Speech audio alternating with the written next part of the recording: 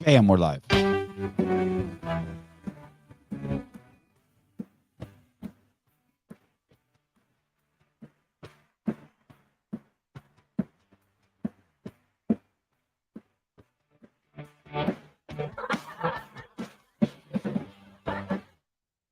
Good morning.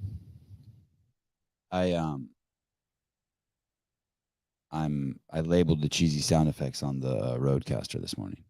When I say I labeled them, I just took a pen and just wrote on the Roadcaster. I know you're not supposed to do that, and you could add in your own. But like I never use these, and I probably should, right? Hi, fasting day only. Caveman move. Fasting day only. Only good dudes coffee flowing in these veins. I'm fasting today too. Yesterday was far from fasting. Show's live from Newport Beach, hence the white wall, sitting in a kitchen. I don't know, 20 meters from the ocean. Perfect day, 7:30 in the morning. Came from upstairs to downstairs. Perfect weather. I bet you it's already 7:30 in the morning. I bet you it's 75 degrees. Zero wind. Beach is so clean. There's this giant, it's a huge beach, first of all, meaning thick. The distance between the sand, the where the water hits the sand, and then how much room you have to lay out and play and do sand shit is huge.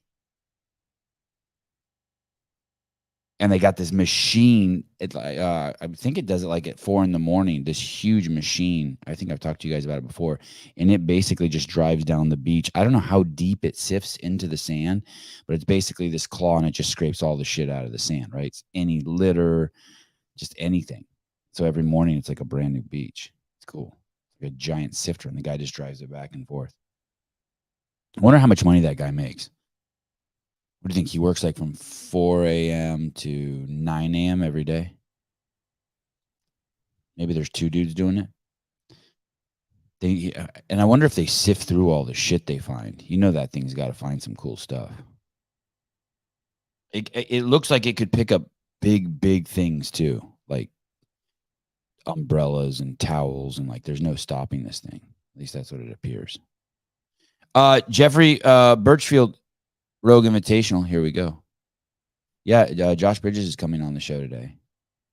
And then going back to the caveman, Josh is I don't know what he is to good dudes anymore. He's the owner.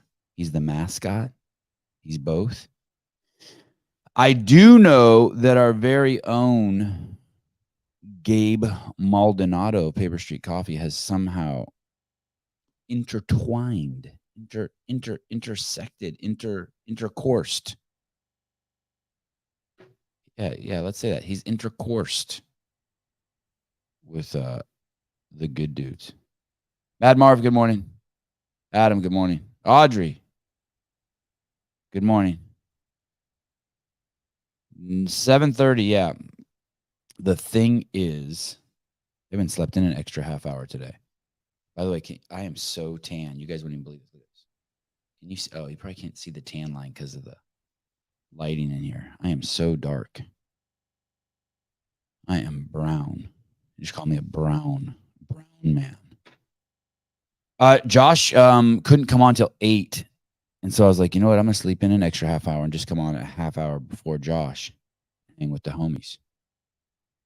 And I know you guys want to talk about Tyson Bagent. I know you want to talk about, the National Football League. This came out, I don't know, 15 minutes ago. I think there were some people in here who didn't believe that Tyson worse than didn't believe Tyson Bagent was going to the Bears. They poo-pooed it. There were people who poo-pooed it. You know who you are. You know who you is. It's been an impressive summer for a lot of the quarterbacks in the National Football League draft class of 2023. Bryce Young in Carolina, Aiden O'Connell in Las Vegas, Dorian Thompson-Robinson in Cleveland, and others in between. The QB selected in April's draft are off to a strong start in the preseason. The early success extends beyond the drafted quarterbacks to Chicago, where undrafted rookie Tyson Bagent performed well enough throughout training camp and the preseason to win the Bears' backup QB spot behind Mr. Justin Fields. Bagent from the D2 powerhouse Shepherd beat out veteran. It's not veteran. It's a veteran. PJ Walker for the number 2 spot. Veteran. I think for like 40 years. I think it was only, so I was probably like 40 that I knew it was veteran. I used to say veteran.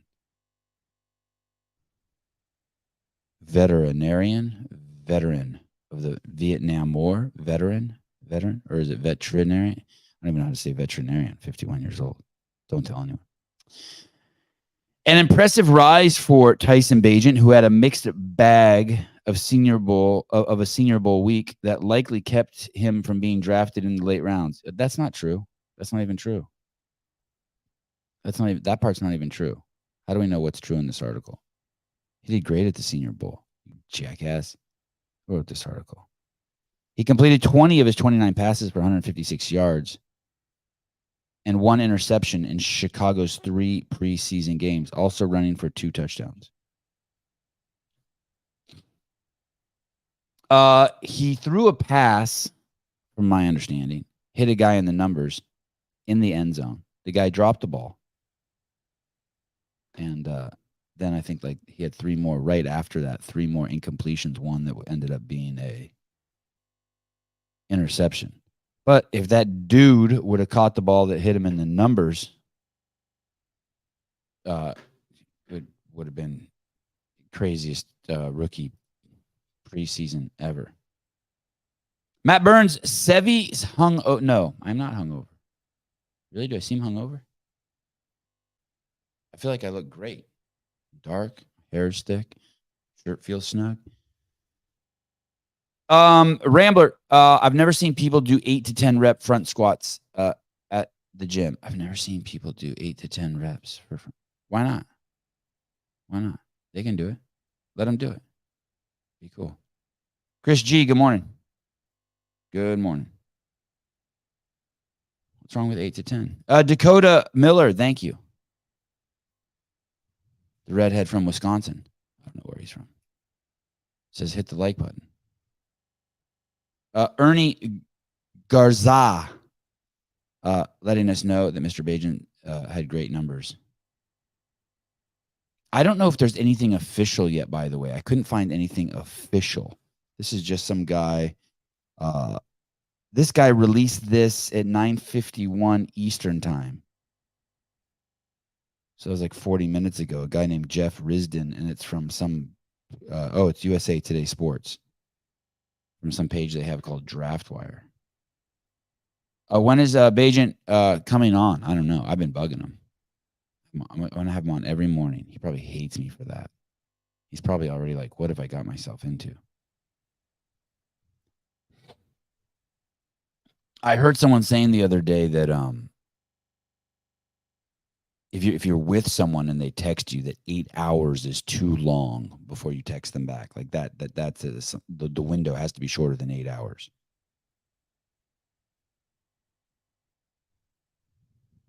This game, this podcast game, and just all the people I text with and interact with through WhatsApp and through texting, like you got to, it's a long game. Like I don't return text to people for days. I just got to sift. I'm just constantly sifting through them, and it's mood and necessity driven, right? So like Clydesdale Media, they have till tomorrow to get the official roster number. So like if Scott texts me and I might put it higher up on the list than if someone else texted me to open it, because he probably would share something with me that's relevant to my show or to the games or something. Or if Halpin texts me. 8:29, I might open it sooner than others. 8:29, that's August 29th at 4 p.m. is the deadline for cutting to the 53-man roster. So it's August 28th. We have more than 24 hours. Okay. All right. Olsen dudes. Mr. Olsen is so pumped for Tyson. He's a stud, wishing him and his team an awesome season. How excited is Travis? Holy cow. Excuse me. Mary Mansour, who works for Toe Spacers, and we know Tyson Bagent wears Toe Spacers, so maybe they're friends. Okay, I got something funny for you. Ready? Totally off subject. Let's get back to work here. I saw this. I saw this meme, and this just made me think. This is left logic. This is why, you know, the woke always eat the woke. This is their logic. I saw this. Someone sent me this morning, or at least I saw it this morning, and I just really liked it. Okay, it says this is how left people watch movies. Okay, it's a oh, the white guy's wearing a do-rag. So it's a black guy holding a gun pointing it at a white guy, and the guy from the left says, why is the black guy always the villain? Then it's a white guy holding a gun pointing it at a black guy, and it says, why does the black guy have to get shot? Then it's a black guy holding a gun against a black guy, and it says, why is it only that black people are killing each other? And then it's a white guy holding the gun up to another white guy, and it says, why are there no black people in the movie? I'm like, yep, that's it. There it is. Oh, this site's called The Gay Republican. What a great juxtaposition of shit. A comment on woke idiocy. It's a gay Republican site, and then the first line in the post is Jesus loves you. Wow. Anyway, when I saw that, I was like, I don't understand. And I was like, you can't understand. You cannot understand.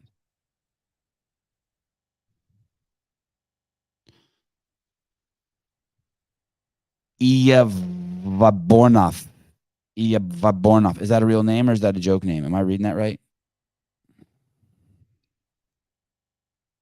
Sevan, ask Josh Bridges what happened between him and Dan Bailey. Seems like they're not friends anymore. Coffee wars? No, I think they're all patched up. Everyone's patched up. I think that all those dudes are all patched up. The Riches and the Dans and the Joshes. Wait, give me something. Give me something specific. Did you see him? You saw him spit on his mom's grave or something? What happened? Shut it. Judge Trish, not cool. Passive aggressive is not cool. You know, I don't like to read into shit. Thank you. Mike Sauer is here. He's my personal tech guy for the show, unofficial yet personal tech guy.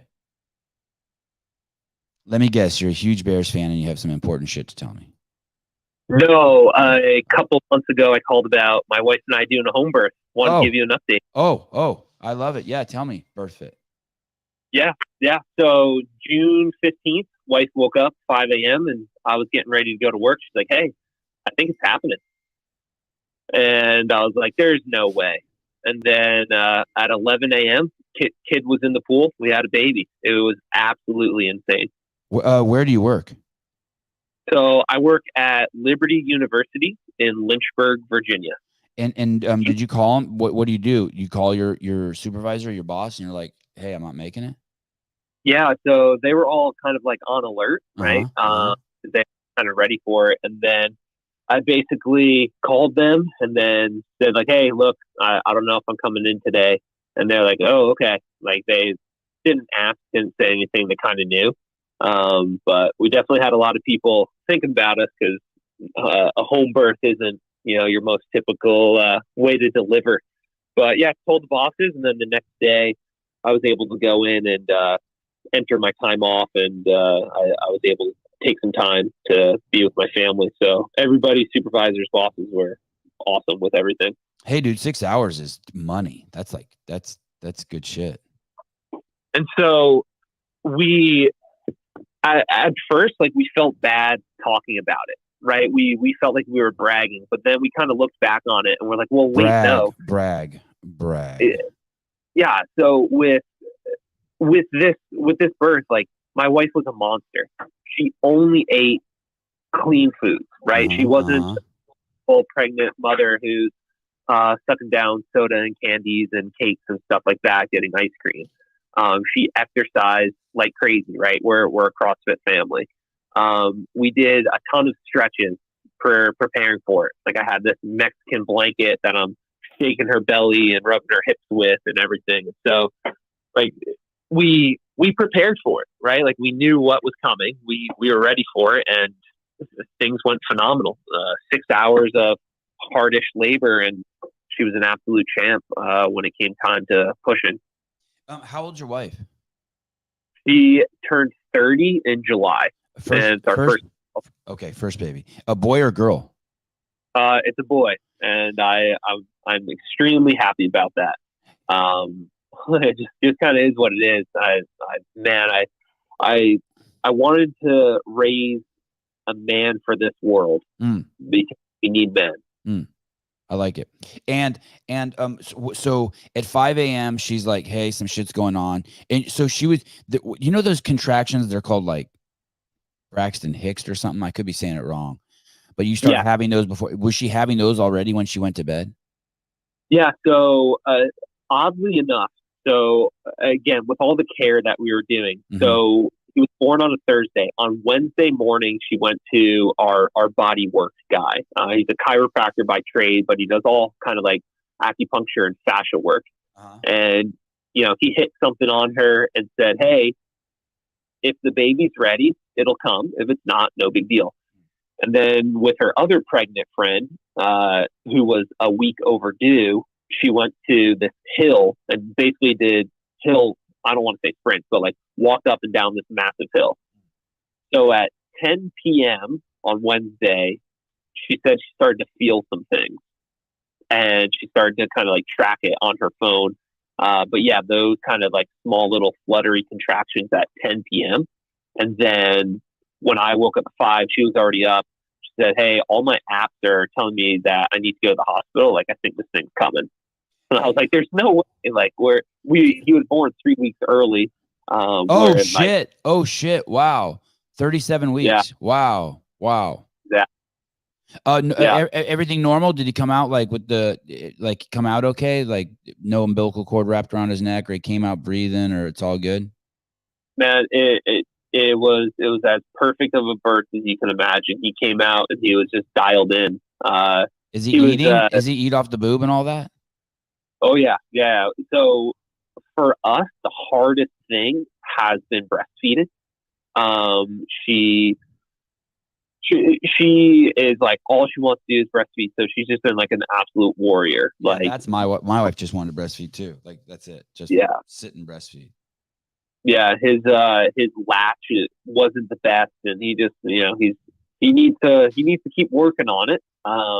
But it was like super painful, tough, whatever. But, she's been a monster. Unfortunately, because we've been open about everything, it seems like every set of parents we talk to, they're like, oh yeah, we really struggled with that too. And it's kind of like, well, hey, you've known for 7, 8, 6, 7 months that we're going to have a baby. Why aren't people talking about this stuff? Why aren't people talking more about the struggles of breastfeeding, the struggles with, you know, sleep and postpartum depression and everything? I feel like that needs to become more regular, mainstream, so that way you're not sitting there in your house alone thinking you're outcast. Like, no, it's a normal thing for everybody. Another thing too is like, I just forget a ton of shit. Like they told me, I remember the midwives were like, hey, you're going to forget a lot. And I'm like, there's no way I'm going to forget a lot. And within a year, I had forgotten so much. It becomes just kind of a blur.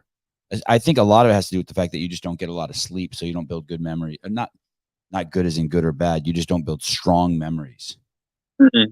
Yeah, no, that's such a good point, because I have friends my age that have kids, and I remember them telling me like, oh, I didn't sleep. But until you're actually in it, you know, in those 3-hour feed wake sleep cycles, you truly don't understand it. And then we got to a point where in my mind, I was like, man, the birth process was kind of easy compared to going through all the lack of sleep and breastfeeding struggles and everything. Emma in the comments says, celebrating my 6-month-old today. Have only breastfed. One of the hardest things I've ever done. So she's on board with your wife.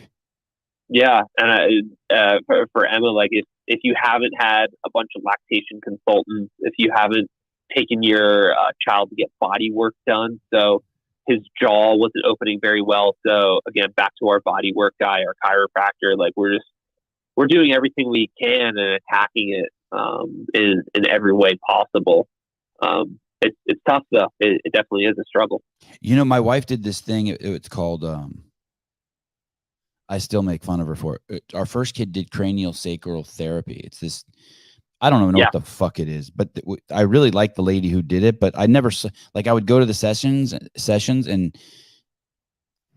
I don't know, it seemed like more like Ouija board than real shit to me, but the lady was cool as shit. And anyway, he would do these sessions like once a week or once every 2 weeks. And literally, I remember being somewhere one time after like 6 months of him doing cranial sacral therapy, and someone walks up and goes, hi. And we're like, hey, she's like, I'm a cranial sacral therapist and your son has a perfect head. And I looked at my wife and like, holy shit. And I guess it has something to do with like massaging or keeping the whatever the bones are that make your fucking dome properly aligned as the baby develops. It was a trip that she recognized it. Another cranial sacral. Look, Sleeky says this. Holy shit. Cranial sacral is legit. Wow. Yeah, I mean, so with the chiropractor we're taking him to, if I didn't already have a relationship with this person, I would have been like, you're an idiot. Right. Because they literally use one finger and just kind of like rub. Yeah, yeah. It's like so subtle, right? It's so subtle. Like this, it's like anything. Like you're insane. But you know, we've been able to see tension get loosened up in him, his jaw able to open a little bit more. I'm like anything. I'm a believer once I kind of see the results, and it definitely helps. It definitely does. When she woke up at 5 a.m. and when she told you, hey, I think it's going to happen, did you call the doulas or the midwives, or what happened? I think I remember I called the doulas first, and then the doulas come, and then later you call the midwife. Is that how? Yeah. Okay.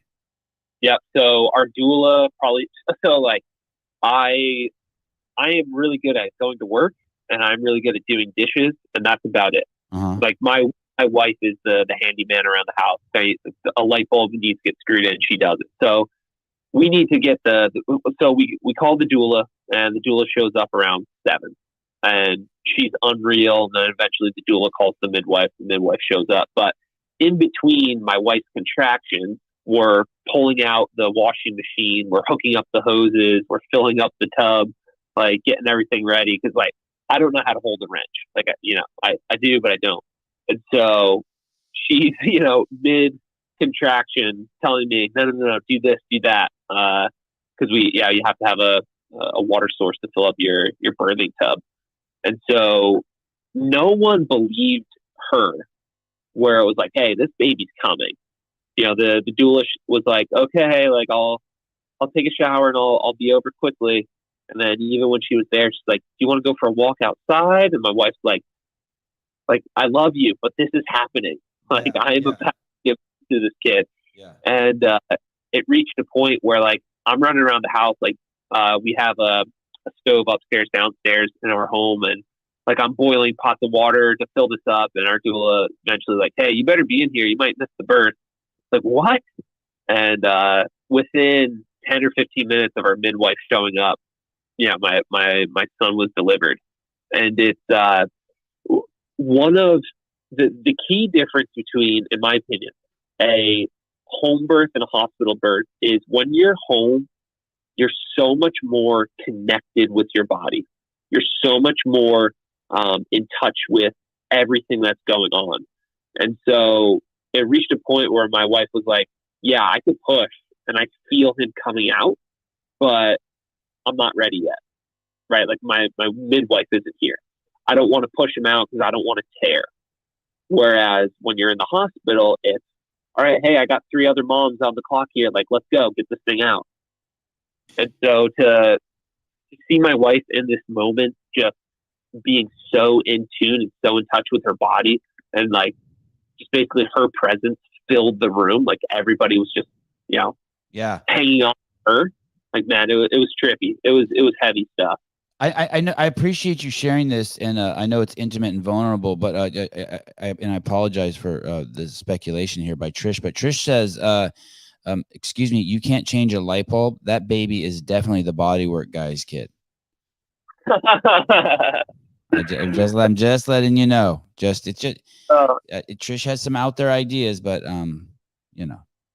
Yeah, I'll reply to Trish in the sense of like, Trish, know what your strengths and weaknesses are, and then find your perfect opposite human to kind of fill those things. Okay. So, I'm pretty dialed in on the nutrition side of things, and so I'll assist my wife in that. And then when it comes to changing the oil, did you have intercourse with her 9 months prior to the baby coming out? 37 weeks prior, is it?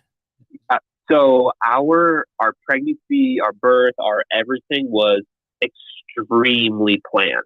Okay. So my wife, as soon as we got married, she was like, "Okay, time to start having kids." And I was like, "Whoa, well, not really. Like, let's enjoy ourselves being married. Let's kind of figure ourselves out. Let's bring our child into a kind of better world." She's like, "Oh, okay."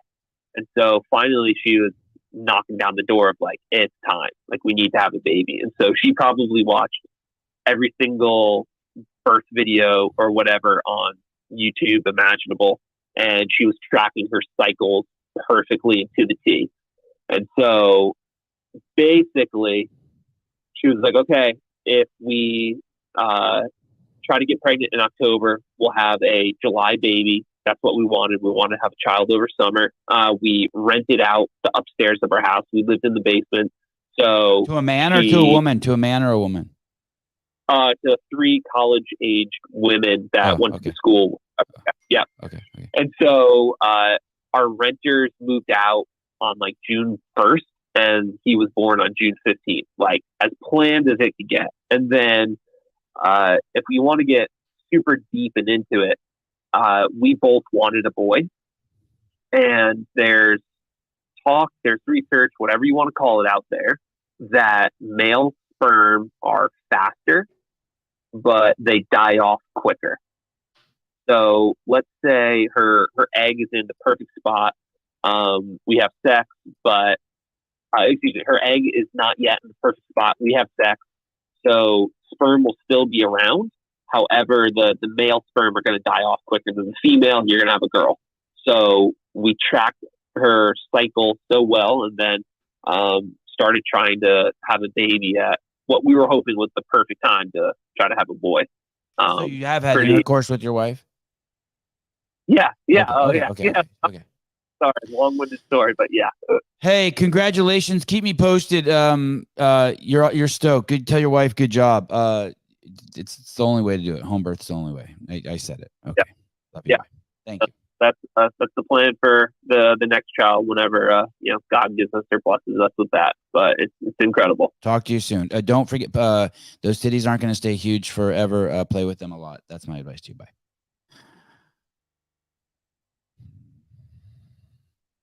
Okay. BIRTHFIT. The thing is, you have to understand, dude. He's like the guy that just found God, or CrossFit, or carnivore, or vegan. You know what I mean? He's that guy's high as a kite. Think about the first time you ever did blow. That's where he is. He's stuck up there because he just had a baby. Comments were great. Reset, Sevy. Okay, I'm resetting. Jay Ruffner, was that Sporty Beth? No, that was a guy. That was a guy.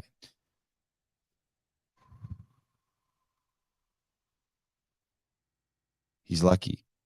It's interesting that usually those really planned out people, I don't think of them as the home birth people. The way he had timed everything, he timed everything like that. Oh, you sent Josh a link? No, I didn't send Josh a link. I guess that's important. Susan just asked me if you sent Josh a link. No, it's just swept away in the pregnancy story. Oh, now I have. Yes. Now. Oh shit. Okay. Sent. Damn. Sevan, did you yeah, there were some good comments in there. Sevan, how did you not die laughing reading the comments? I know. David's funny as shit. Matt Burns, is Josh Bridges big dicking you, Sevy? Always. Everyone wants to big dick me. There's few things in life that are as good as big dicking. Yes. What do you guys want to see? Want to see a robbery in Seattle while we wait for Josh, or a mystery clip? What's the mystery clip? Oh, let me see what this is. Oh yeah, this is good. Here we go. Okay, I'll play this a couple times. Here we go. This segment is called Double Standards, which I kind of don't have a problem with double standards because we are not all created equally. But here we go. 5,000 blow up latex doll with 6 feet pulsating vagina, elastic anus with non-drip semen collection tray, together with optional built-in realistic orgasm scream surround sound system. He's called a pervert. That's a great point. When a woman gets a vibrator, it's seen as a bit naughty fun, but when a guy orders a 240-volt Fuckmaster Pro 5000 blow-up latex doll with 6 feet pulsating vagina, elastic anus with non-drip semen collection tray, together. Did he say a 240-volt? That means that blow-up doll has the same plug-in like your washer and dryer have, like one of those weird ones with the really, with the weird angles. You know what I'm talking about? Like those plugs that have like you got to have the electrician come. I don't know if that's real. It sounds real. He's reading that, right? He's reading that like he's reading like the back of a cereal box, like canola oil, sugar, rehydrated wheat. You know what I mean? Just like.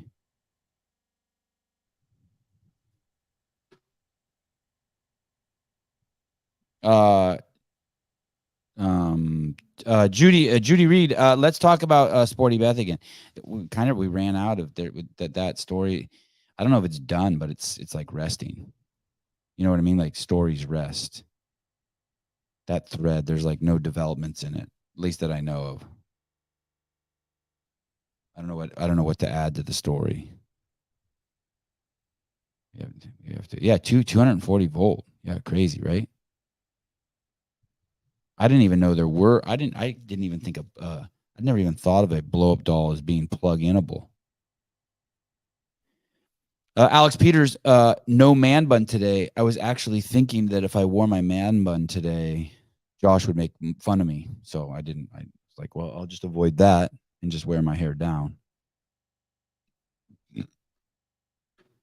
Heidi Kroom, I heard if you have high tea, you will get a real girl. Oh, all right. Spencer Davis, 110, 240 volt is standard blow up doll power requirements. Nothing special here, Sevi. Oh,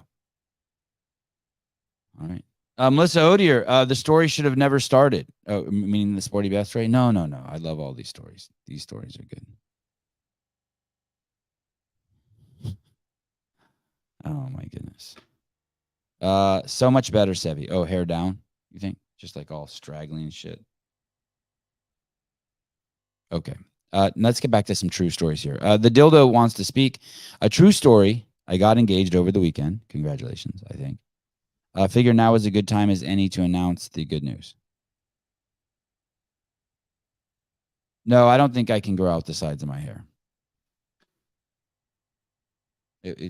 No. I'm keeping. I need some reprieve from this fucking monstrosity. What is this? 82 years old. What is this? Oh, I showed you guys the 82-year-old lady, carnivore lady, right?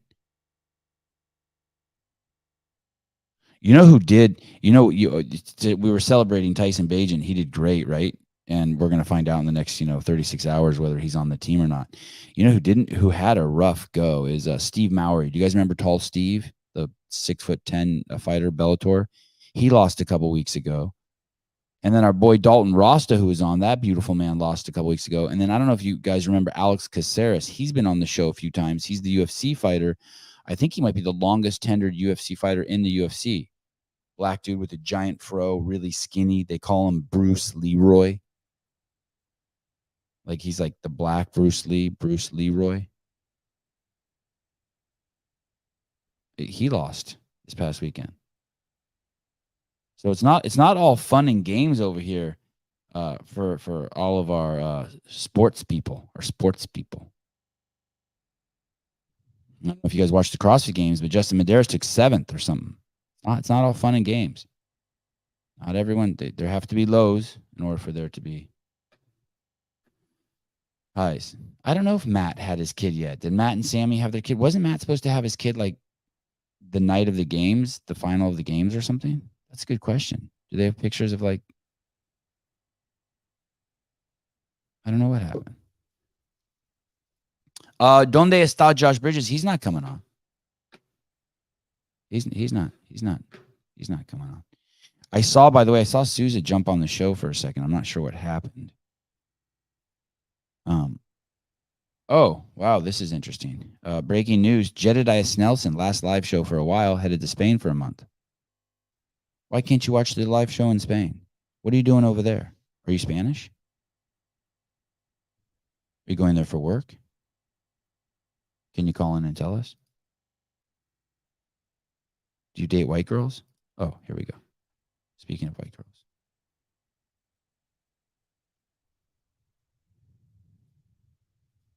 Isn't comedy fun?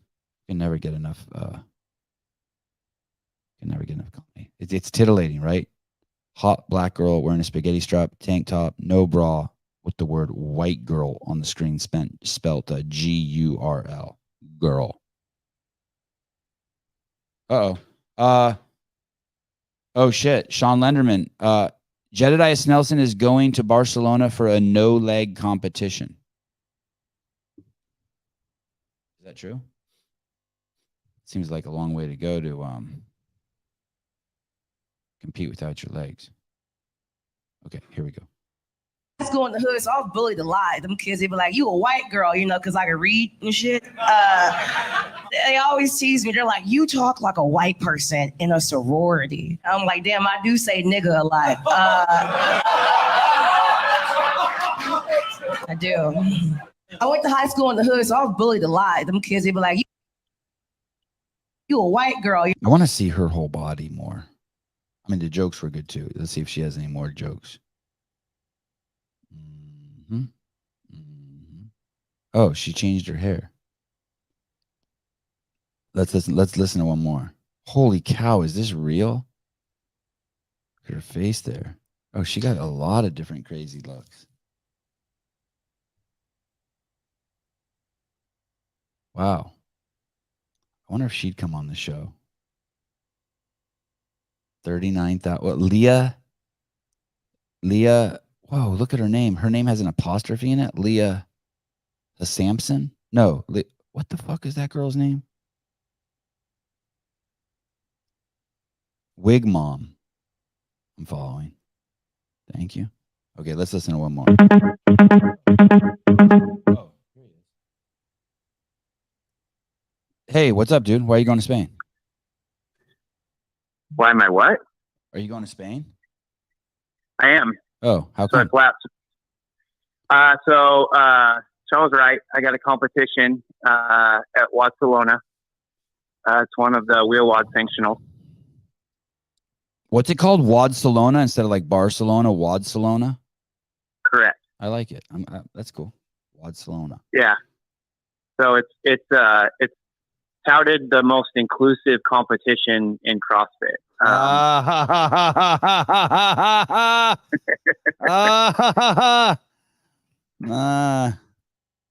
They do a good job, like mixing us in and like where mixing us in. How dare you? How dare you mixing us in? Disgusting. You're talking about the white wheelchair guys and the Asian wheelchair guys. They mix you guys in. Good. Right. Oh shit! They really do have it. The most inclusive international CrossFit competition in Europe. That's what I'm telling you. So hold on. Number one, it is inclusion and promotion. God, every time I hear that, I feel that word, a little piece of me dies inside. And promotion of an active and healthy life through sport. It is fitness test that requires your best physical condition. Okay, cool. It is the competition where the entire community of athletes participants on equal terms because it has 16 categories according to age level, modality, and 7 adaptive classes. Yeah, so they run the same divisions as Wheel Watch. Just say it. Right. Oh my God, there's some monsters here. Look at these bodies. Outside of that, they do a great job. They run a great competition. Last year, I'm not sure how many athletes there were, but it ran smoothly and it's really enjoyable. They do a great job. Beautiful website. Yeah. Why a month? Why go there a month, Jedediah? Like. So, my wife and I are thinking about actually moving there after my daughter graduates. Shit. Yeah, my wife grew up in Europe. She's a military brat, and she's just always wanted to get back. And when we went last year, I competed there, and then we went last year for 12 days and fell in love with the area. So we're trying to do a more real living lifestyle as far as being there for a full month, renting an apartment, and just see how it is. Because, like I said, after my daughter graduates, we may move there for 3 to 5 years. How's your Spanish? I'm working on it. Okay. I'm on a 276 day streak for Duolingo. Oh, wow. Good job. That's like some sort of app or software like you fuck with every day, spend a few minutes on? Yep, exactly. So I think now it's like, I feel like I have a pretty good base. Now it's time to immerse myself, to struggle and really learn it. David Weed, Sevan, please share with Jedediah Snelson that there's great Wi-Fi here in Spain. Oh, that would be cool. You get to meet David. Oh, cool. Yeah, he'll have to come out. I don't know how close he is to Barcelona, but. Wow, I can't believe you're thinking about moving there. That's cool. That's exciting. You know, that was one of the places I remember before my wife and I had kids. She would say that to me. She goes, hey, if you ever want to move to Barcelona, we can move there. I'd go there. Yeah, so the weather all year round is like San Diego, basically, because it's on the same latitude or longitude, whatever. Yeah. Same line as, in line with the Earth equator as San Diego. So the weather's awesome. And for us, like with my condition, we look at like medical expenses and healthcare, and their healthcare is outstanding and costs a lot less than it does me here. So. Oh, okay. By the way, Heidi giving you some good advice. Don't let David around your wife. I think that's solid. Good to know. Thanks, Heidi. Yeah. Okay, so you're going there for a month. Are you taking your daughter with you? Yeah. Yep. So she's going to go get a little culture, and then that way, when she graduates, she'll also be able to decide if she wants to go with us or do her own thing. Wow, listen to this, Patrick Clark. I guess this is a big event. Last year, they limited the total of athletes to 1,000. Yeah. So that shit's the popular. Wow. I think CrossFit in Spain overall is just popular. I think it's blowing up there. Shit, that's cool. And good. How exciting for your daughter to go there. She's gonna have a blast. Yeah. Yeah, I think it'll be good for her. Hopefully she'll learn some Spanish. Don't let her vape, dude. Don't let her vape. Right. Don't let her vape. Everyone's vaping. Someone told me the other day that their kid goes to school in Santa Cruz, California, and they're in the 7th grade, and that every single girl there in the 7th grade class vapes. And oh my God. I know, I couldn't even fucking believe it, dude. And you know, Santa Cruz isn't like a poor area. And one of the girls is pregnant. 7th grade. Jeez. You know what you have to do to get pregnant? You know, right? Right. I don't like to think about it when it comes to my daughter, but you know. Yeah. Protect. Keep busy. Yeah. I think you just got to keep them busy. How old's your daughter? She's 14. Yeah, keep them busy. You keep her busy? Oh, yeah. Yeah. Yeah. The good news is all her friends tell her they're scared of me because of my size in a wheelchair. Oh, good. Yeah, your dad's weird. He's in a wheelchair. Why is he on wheels all the time? Good. Yeah. Hey, Heidi says poor people can't afford the vape juice. Okay, fair enough. Is Heidi saying I'm poor? No, not just in general. Because I told her, I think she means, I was saying Santa Cruz. It's I can't believe people vape here. It's a wealthy area. She's like basically saying, yeah, that's what wealthy motherfuckers do. They get the vape juice. Oh, gotcha. Oh, look, gotcha. Halpin wants to throw in on this information too. He's not going to let Patrick Clark out knowledge him. Mike Halpin from Barbell Spin or Be Friendly Fitness or any of the valuable resources of information, says 2 of the top 10, 3 of the top 20 open participation affiliates is from Spain. Oh shit. So you were saying that CrossFit's crazy popular in Spain, and he's saying, yeah, the open numbers show that there's 2 of the gyms are top 10 most participants in the games, and 3 of the top 20. So yeah, shit. So those gyms really are involved, especially in the competition side.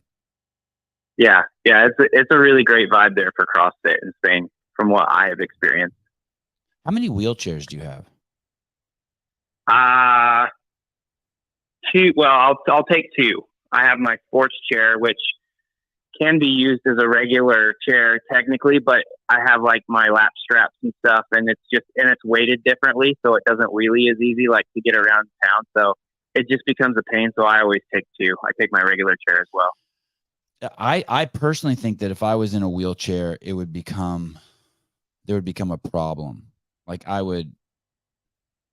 it would be like, I used to, like, before I had kids, I had so many fucking bikes. I probably had 40 bikes. You know what I mean? Or like shoes. I would just think, like, I know that there's nowhere to put them, but I would end up having like 10 chairs, or I'd always be modifying my shit, like always. I hear you, but at the same time, it's more similar to like how dirt bikes were for me. Once you get yours dialed in and you get used to it, you don't want to touch any others. Okay. Like, it just feels weird. Like, I wouldn't, like when I raced, I wouldn't hop on other guys' bikes because it was just like, no, I'm used to mine and I'm good with it. What about an electric chair? Would you do an electric chair? I freaking hate electric wheelchairs. Dude, I had to be on one of those for a month when I was in the hospital, and it's, dude, like, just big, bulky, like, they're a pain in the ass. Any enjoyment in them? Like, just no. If you want to drive something, you'll drive a car. If you want to drive something, you'll drive a car. It's just a shitty car. Yeah, if you get a chance, you'll have to see. I have a sort of like an off-road electric wheelchair. It's more like a four-wheeler bike that I use for like playing golf and stuff. I put up a couple videos of that, and that thing's fun. But I mean, it's not like an everyday thing. It's just to basically get off-road and explore. Dildo said, be more specific when you say electric chair. That's true. We don't want to get the two. Yeah. I'm talking about a regular wheelchair. And I mean, you're not talking about the one where you kill someone in. We're not talking about that kind where the guy straps in and flip the switch. No. I mean, yeah, don't get me wrong. The reality is someday I'm probably going to be in an electric wheelchair towards the end to be able to get around. And so they serve their purpose for those that need them. But while I have a choice, I don't want anything to do with one. Yeah, I get that. I feel even just along those same lines, and I mean this in all seriousness, when I'm here in Newport, I have to walk to the grocery store. I don't have to, but I could drive. And I appreciate the fact that I have to use some discernment and prejudice and when I buy stuff, because you got to carry all your shit back, and it's a mile to the grocery store and a mile back. And and it just makes you realize, like, yeah, you go in your car and you just load up just shit. But when you got to carry it back, you're like, okay, I'm getting this meat and this cheese and this sparkling water, and like you're just more chill. I appreciate that. Yeah, keeps you. Yeah, I mean, keeps you grounded. Electric chair. Next thing you know, you'll be like doing blow and hookers. Yeah, there's nothing more annoying than when the overweight people on a scooter look at me and want to be like, "Oh yeah, we're the same," and I'm like, "No, we're not." Oh, right. Wow. Oh, meaning they even have like all the working parts and shit, but they want to get on your level with you. Yeah, exactly. Yeah. No. Exactly. I agree. Hey, that's almost like blackface. Right. Well, it's just their excuse. It makes them feel better, right? Like, what did you do to get in I wanted to be in a wheelchair, so I ate so much food that I'm now stuck in this chair. It is blackface. I wanted to be a black guy, so I painted myself black. Yeah. I think it is. Going with it. Running with it. All right. Well, congratulations. Keep us posted. I think you can still listen to the show. You're only 8 hours ahead. Yeah, I'll figure it out, I'm sure. So. Okay. All right, Jedediah. Thanks for calling in, dude. I appreciate it. All right. We'll talk to you later. Okay, bye. off to Wadsalona. Fuck, 1,000 participants, and they had to cut it off. Crazy. Oh, my bicep's twitching again. Why is that?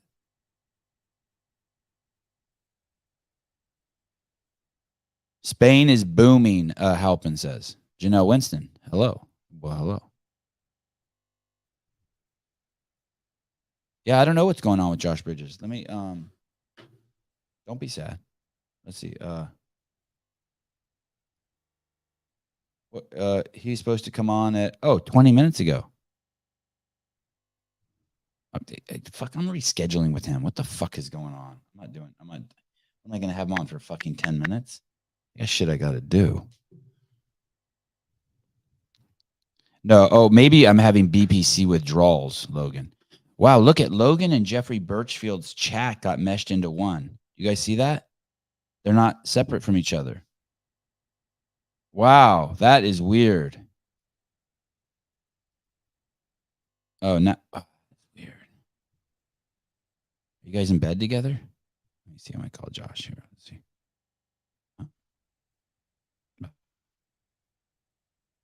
Josh Bridges. Okay, here we go. I don't even know if he'll answer from the house phone. Let's see. Yeah. Mm-hmm. 6 7. Okay, there we go. I wasn't lipping his phone number, was I? You think he's raw dogging some chick somewhere? Isn't that? Hello? Hi. What's up? We're live on the air. I'm just wondering if you want. I know. I'm coming. I just want to know if you want to come to your podcast or not. It's cool. It's your world. We just live in it. Yeah, I know you are. All right. I literally just walked in the door. I'm sorry. Like my kids' morning it got a little. Sorry, man. Like I wasn't supposed to have the boys this morning, and we got flip flopped and. Listen, when you had unprotected sex, those boys were going to be your full-time responsibility. What did you think was going to happen? That's fucked up, man. Hey, okay. I'll be on in 2 minutes. Hey, take your time. I fucking run. I'm good. Take your time. That's true, man. That's true. You That's true. You're the Jesus. All right. I love you, bye. Fucking Josh. Jesus Christ.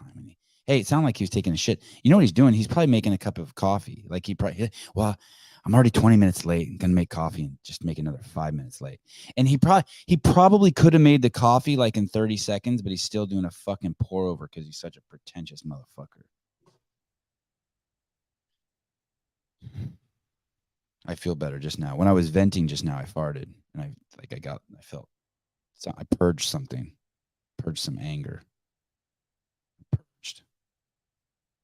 We'll get to the bottom. Paper Street and Good Dude, something has happened there. There's some sort of like merger or something. Caller, hi. Hey, for like 2 minutes until Josh goes on. Oh, I met Ken.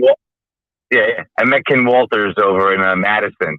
And that's cool. He's such a cool dude. Oh. If you ever want to wonder what he is like, yes, tell me. He totally reminds me of Ric Flair. Wow, he looks like Ric Flair in his picture. Yeah, so we started talking about it, and he was like, people said, I should change my profile picture. And I was like, yo, put that shit back. Your picture's awesome. He is totally like Ric Flair. He's awesome. Wow. Yeah, I see it. Yeah, that's crazy. Cool. Okay. He's a cool dude. He's a real cool dude. He's younger than Ric Flair, though, right? Ric Flair's 74. Who are we talking about? Ken Walters. Ken Walters is like 60, right? 64. Got awesome hair. He's like got a really good attitude. Oh man, he was awesome. You didn't get to meet him? If I did, I don't remember. Oh man, yeah, he's a really cool dude. I just wanted to share. Thanks, Sevan. All right, well, thank you. I love it. Good insight. Love you too. Bye. But I didn't say I love you, but I do love you. Why is my microphone breaking up? I can't tell if my microphone is damaged or my headset's toast. Sometimes my voice is breaking up. I hope it's just the headset, not the microphone. America, let's do it. Hi. I apologize. I I thought I'd be back by 9 o'clock, and the morning just got a little crazy. You know. I want to put you through a series of tests here to see how sincere you are with your apology. Fair enough. I'll allow it. Thank you. Okay. Do you have a coffee made? You fucking asshole. You're 5 minutes later. I was just complaining about you. I go, this motherfucker could be here now, but he's doing a pour over that takes 12 and a half minutes. It was an espresso. It took like a minute, pal. You probably set there's probably somewhere where you have to set a timer and your coffee sits or does something for like you know what I mean? Like, and you probably could have been like, well, I could do it for 90 seconds instead of 2 minutes, but you're like, nope, I'm still going the full 2 minutes. I'm a purist. I did not. I apologize. No, I did not. I actually went espresso instead of a pour over because it's faster. It literally takes about an hour, like a minute, 1 minute. So you could have been here 1 minute sooner, but you would have an uncaffeinated version. I know it would not be as good. I would definitely be way more boring. And I mean, that slick back hair is looking good, dude. It is looking good. God, man. You're how old? 62? Yes. Hey, someone asked me why I'm not. They're like, hey, you don't have the man bun today. I'm like, yeah, I ain't taking that shit from Josh. I'm not putting that thing up. Yeah, So he didn't want to hear the noise. He can fucking make fun of me. I'll tell you what, that hair is looking strong still, man. I applaud you. And I shaved the sides. I went, there's this cut that's called a Viking dyke cut. It's like where you shave the sides and go around to the back and then pull it up. I know. And I was rocking that for a while. Dave Driscoll has it. Yeah, I know who you're talking about. I know the show Vikings, right? The main character, that guy had it too. He has it. I think. I think of like Craig Ritchie or Jared Stevens. Or big Vikings. Yeah, my wife liked that show Vikings. I mean, when you're I did watch it, the first couple seasons of it. I liked it. When you're not a Viking, you have to have a haircut to make yourself feel like a Viking. That makes sense. Yeah. Well, and the reason why I said that, I have this friend who happens to be a lesbian, and that she told me I asked her, I said, hey, you shave the sides of your head. Should I do that? She goes, yeah, go for the Viking dyke cut. And I went for it. Good for you, man. So I can say it. I got a pass from just straight from the. Oh, you got a pass. Good deal. Got a pass straight from the hood. Deal. I'm glad to hear it. I was hanging out with this rapper yesterday. Okay. Do I know the rapper? Is he like no? famous? No. Mm-mm. Okay. No. I don't think he doesn't have an album. I'm not a big rap guy either. So I mean, I'm old school rap, but not new. And listen, I was talking to a rapper at the Balboa Yacht Club. A white rapper at the Balboa Yacht Club. Nice. And we started talking about words and stuff. And he asked me if I had a pass because I told him I used to live in a neighborhood where I was the only white guy. He's like, did you ever get a pass? I'm like, I didn't. Yeah, I don't think there's passes anymore. Anyways, I don't think that's a real thing. I just do what I want to do, but I never actually got a.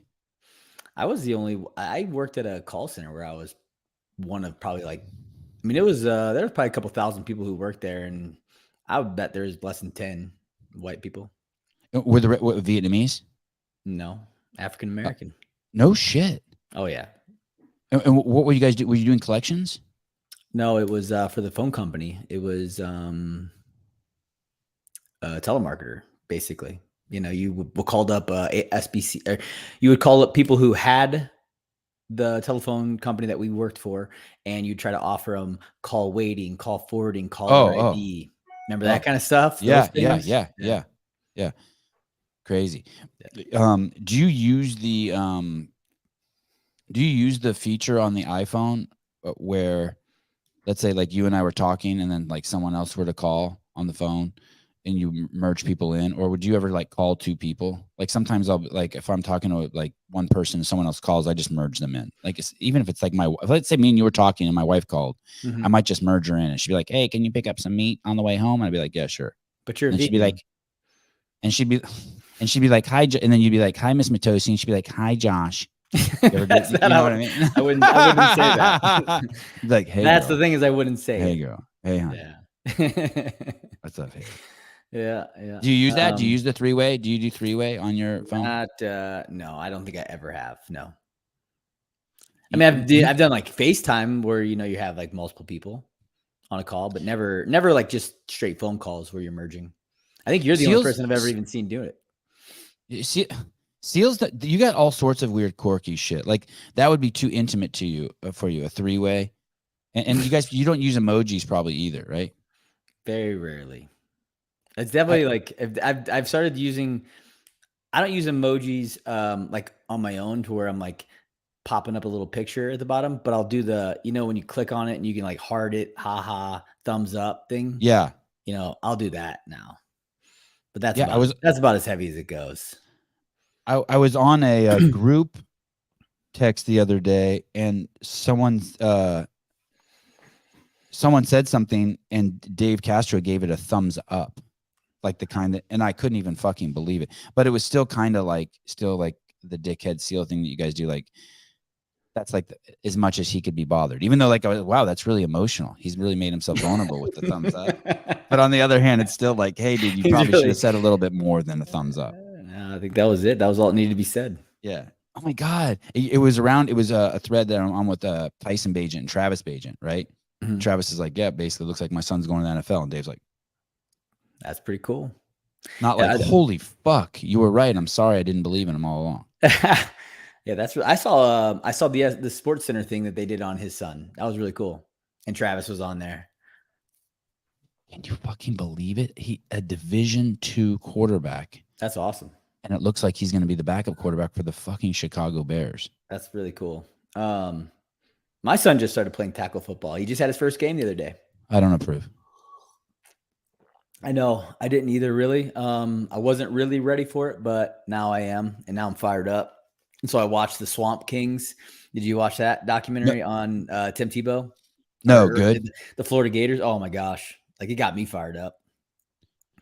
Okay. So tell me how that happens. I want to know how it's like one thing, like I'm at the beach here, right? And me and the boys, we walk 3 miles and it's 95 degrees and we go by a fucking shaved ice stand and they're like, can we get shaved ice? And I break. And when I ordered, I'm like, hey dude, as much sugar as you would put in normally in one shaved ice, put that much, but divide it over 3. Like I want you to make it so I hate you and think I got ripped off. I don't even care if you just give them ice. Do not put a lot of sugar, right? Yeah. But I still broke. Yeah. How do you break to let your boy play football knowing, for those of you who don't know, if you don't have kids, like the only thing you want to protect on your kid is his head. Yeah, pretty much. You're just that's the worst. You'd rather like they lose an arm. You don't want the head taking any shots. Yeah, true. He's in 8th grade. He's older. He's not like a 6th or 7th grade. And me and his mom, we talked for years and we kept saying, no, because he's been wanting to play tackle football since like 6th grade. I was like, no. And then finally in 8th grade, it was just like, okay, if he wants to play football, I'm not going to stop him from playing football.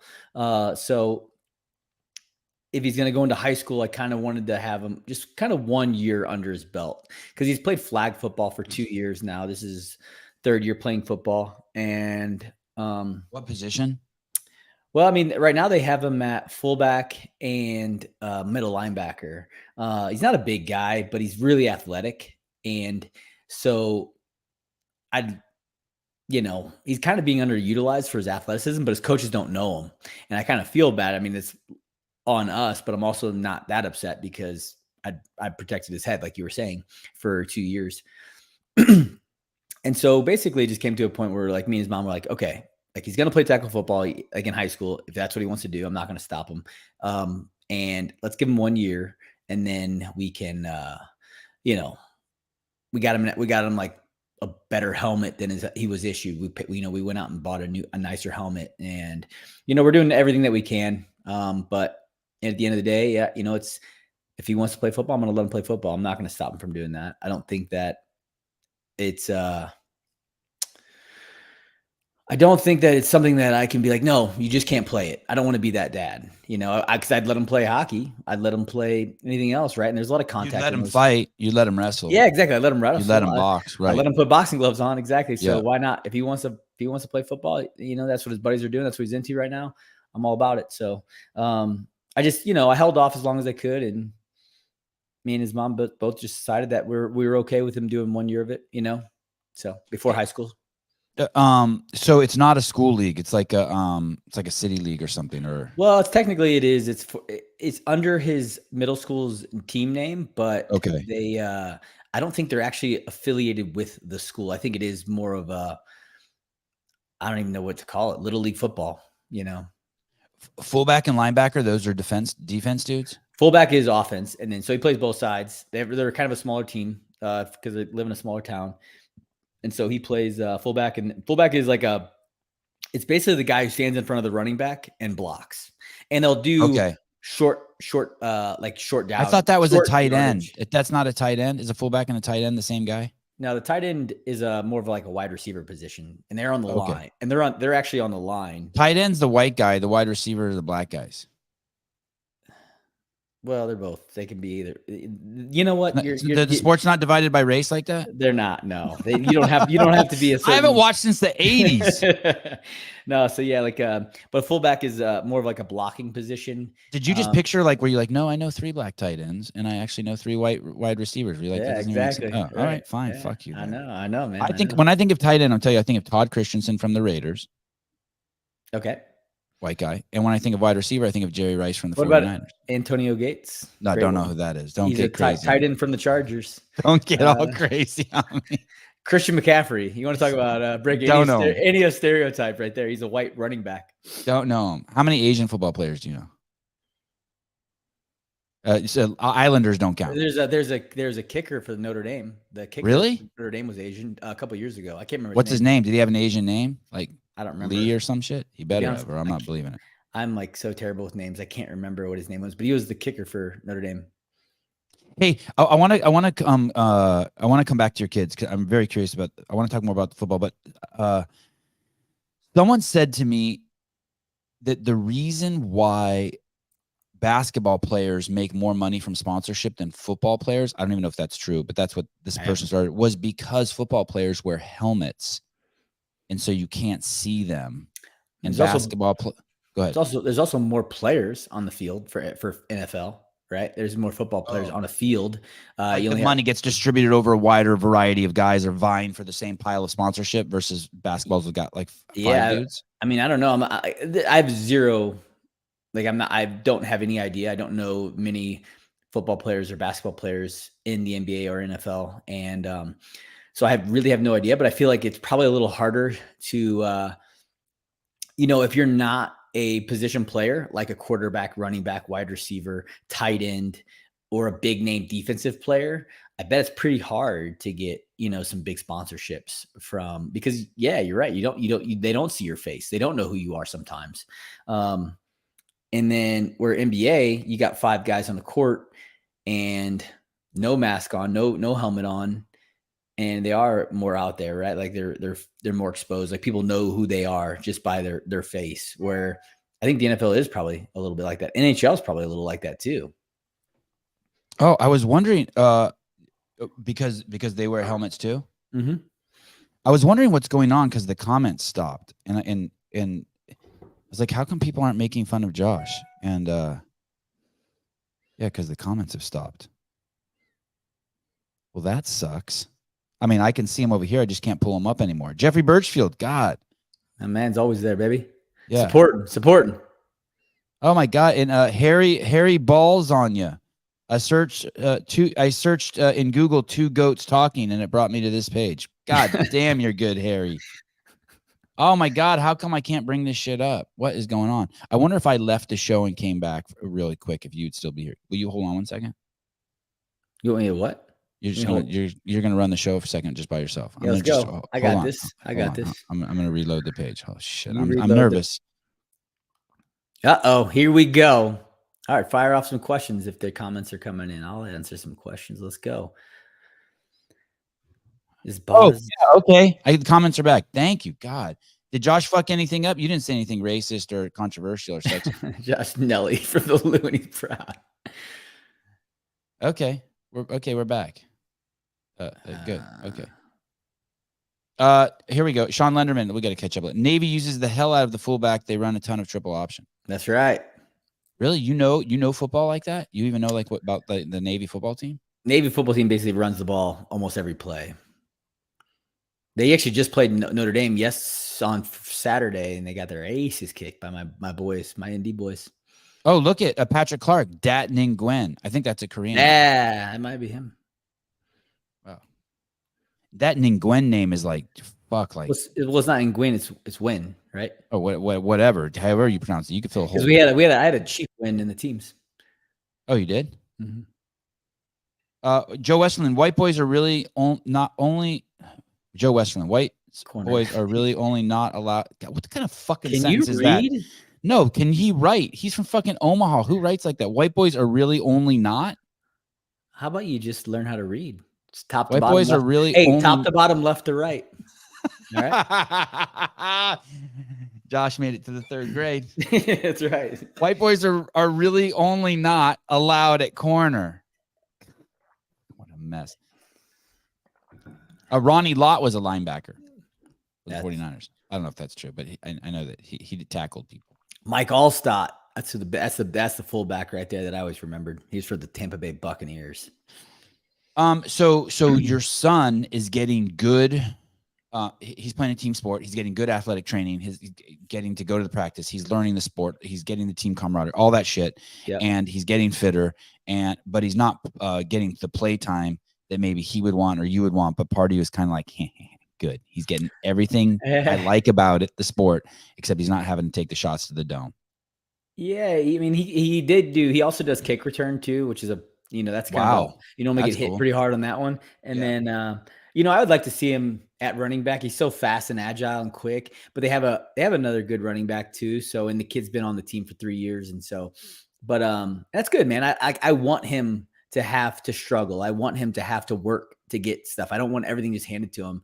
And so I've been telling him that. I'm like, he's like, hey, he was trying out for running back and they put him at fullback. And I'm like, that's good, man. Like, you're not just going to walk onto anything and get handed the shit that you want. Sometimes you're going to have to work for it and show your coaches. And I'm like, so guess what? There's only 2 times that you can show your coaches anything about you as an athlete. And that's going to be in games and at practice. So you got to go hard no matter what, right? There's no time off. There's no taking it easy during practice. Like, if you want to show your coaches that you want to play something else, you better show them that you're capable of doing it. And to do that, you got to do it at practice. And those kids, he's also competing against kids who the coach knows is known for forever. For a couple of years, yeah. Yeah. Oh, God, my StreamYard is all fucked up. This is crazy. Hashtag nobody cares. Yeah, that's probably true. I just feel bad because I can't pull up anyone's comments. It says no on my screen. It says no one's watching.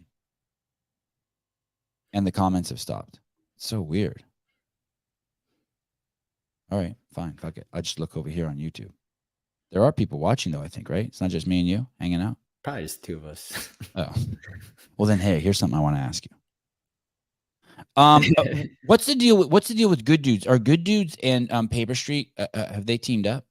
Yeah, we're kind of like teaming up. It's still obviously going to be Good Dudes Coffee, but Gabe is kind of taking over operations with Good Dudes. Did you guys ask me about that before you talked to my guy? I don't ever have to ask you about anything. That's the thing. That's the thing. I noticed at the games. Yeah, we had some cold brew there. Yeah, that was cool. Yeah, we are cool. I know you must have felt like a real boy again, being at the games, get with your camera behind the scenes. Oh man. Have you released any of that stuff? Or No. is it still getting worked on? No, not really. Maybe some like photos and some clips and shit. But someone has started putting it together. And I saw the funniest clip the other day. It's in the underground in Madison, and it shows Don and Dave talking, and then like Dave has to take off to go do something, and he goes to give fucking Don knuckles, and Don's already distracted and like looking at something else, so he just leaves Dave hanging, and Dave's like, and then Dave just leaves, right? But it's those nuances that like no one would ever get to see. Yeah. So someone said, the guy who's putting it together sent me a clip of that, and we all started laughing. That's hilarious. Or there's like I saw another clip where Dave's trying to drive the Gator, and he can't get it in reverse and shit, and it's all fucked up. And Nicole Christensen's like just mouthing like to me, "He can't drive or shit. I shouldn't drive." It's so funny, but it's all those moments that people I think are gonna want to see. And yeah, for sure, it's the fun stuff, man. Like I actually did that. That's funny. I dropped a YouTube video yesterday, and it's me and my son. I'm training my sons actually for sport more. And, sorry. Will you hold on? Sorry. Dave, hi. You're live on the air. I'm with Josh Bridges. Do you want to say anything to your buddy? Who am I live with? I don't know. It's 600 people and Josh Bridges. What's up, Josh? What's up, Dave? He said, "What's up, Dave?" He was just telling you a story. Do you hear me? No, yeah, he can hear you. You can't hear him. Am I really live? Yeah, you're really. Yeah, because I've never done this, right? Yeah, you're really live. But I figured one of your buddies was on here that you guys used to wear Navy clothes together. Good talk. He hung All right, up. nice talking to you. Oh, he did hang up. I told you. Yeah, it was kind of obvious. I'm in big trouble for that. Yeah, good call. I'm in big trouble for that. You're fired again. Yeah. Are you working back with CrossFit or no? No. Dude, your girlfriend didn't take you back. Okay. No, not dude. Just make sure. So I sent in a proposal to ask if I could do the behind the scenes. Mhm. It went back and forth, and they finally said yeah. And then there was this concern that like I was going to show up there like I don't know, like with a swastika on my face and my fucking KKK robe or some shit. They put out a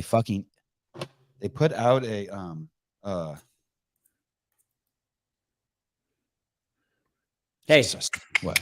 Oh, wait, sorry. Hold on. Hey.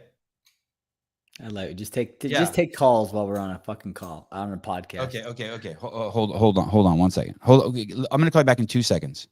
2 seconds. The podcast can be over by then. We only got 2 more seconds left. Good talk. No, hold on. Just give me a second. Why is your background just white now? What's that all about? Dude, I'm not at home. I'm in Newport Beach, bro. Oh, that's right. Living the dream. That's right. You told me that. Hey, and that's why you're on the show, because I always tell Sousa, get me the easiest fucking guest when I'm not home, so like I can like drink all day and not have to prepare and shit. Josh Bridges, I go cue that motherfucker up. Cue him. Bring me the big numbers that come with Josh. That's right. There we go. Who we talking to? Now we can hear him. Is this Dave? Yeah. You're calling me too. Oh, I call. Oh. I got my fucking seals all mixed up. Dippity dipshit. God, I'm dumb. This is going to be a bad show. This is going to get bad ratings. And I blame you. That's fine. The show's gotten easier. I've done it so long now that I take all the listeners for granted, and I don't sweat when the show's going sideways anymore. I'm like, fuck, these guys always love going me. sideways with you. Yeah. These guys love me. Hello? Mr. Castro, hi. You're live on the air. Hey, I'm excited that you guys are patching up your relationship.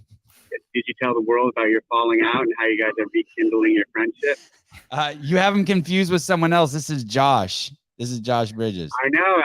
Tell me about it. Tell me how you guys are repairing and working on it. There's never. What was the falling out of our relationship? I think Sevi was upset with me. I think you know. More. You guys talk it out. That's what I want to hear. I want you guys to talk it out. Dave, be honest. Have I ever said anything bad about Josh Bridges to you? Ever? That's not what I'm saying. I'm just saying it's good to see you guys back together. Let's hear it. I want to hear it. Good to see you guys mending relationships and moving such forward. A shit starter. I didn't realize that. I didn't realize we had a bad relationship. Oh, okay. Now I know. Good. Well, thank you, Dave. I appreciate you helping facilitate our friend coming on here and helping us facilitate. We were just about to hit a big hiccup. Yeah, we're about to get into it. Open up the doors. Hey, Dave, Josh was just asking me if I work for CrossFit again. He heard I did the behind the scenes. He wanted to know that if I had been hired back. You definitely have not been hired back. I know you think you want people to think that, but that is not the case. Hey, I'm pulling into the airport. Let me go. Okay, I'm pulling into your mom. Okay, bye. Okay.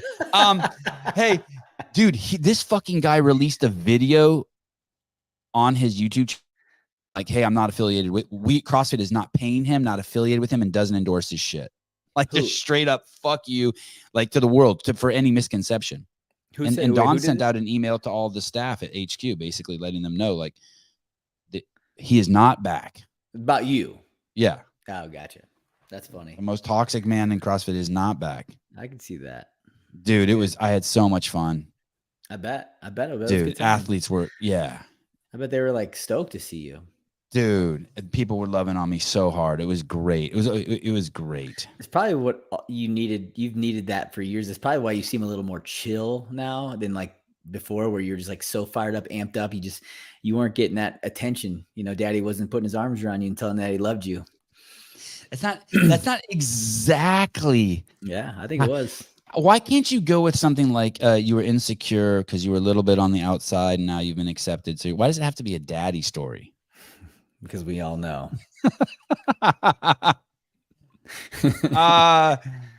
You're back to your son. What about your younger son? How are you going to stop him from doing the old, well, he plays football. Well, he doesn't get to play until 8th grade if he wants to play. Okay. And, so, and I mean, it's like, I can't. His older brother is playing? You know, it's funny. At first, he was like, no. He's like, I don't want. He's like, Dad, I don't think I want to play football. And I'm like, that's cool, man. You don't have to play football. You don't have to do exactly what your brother did. You know, I want you to be you and figure out what you want to do for yourself. And I think now he's actually like watching it, and my little guy is like really into working out. Like he loves, like he's got goals in the gym. He wants to hit certain numbers on certain lifts, and just he wants to get big because he's a little bit thinner. Then my older son is built more like me, like straight out of the womb. He had muscles on his body, and my little guy, he's just a little leaner. And so he's like, I don't want to be that way. I want to be strong, you know, and which is cool. It's cool to see. And so, yeah, it's, he's like getting a little more fired up now, watching the first game and stuff. And I think, we were sitting, we go out and we get sun in the morning, you know, get sun in our face right off the bat. And he's like, I'm like, what are you thinking? You thinking you still want to play? You want to play football at some point or not? Still no. And he's like, I don't know, maybe. And so we'll see. I don't care if he plays. Is he doing football. basketball? Is he doing basketball? Yeah, they both play basketball. Both play baseball. Baseball is like their, I guess, main focus, but it's definitely not to that point where we're like just one sport. I'm like, I won't allow that just yet. Like I want them playing multiple sports. I want them becoming well-rounded athletes.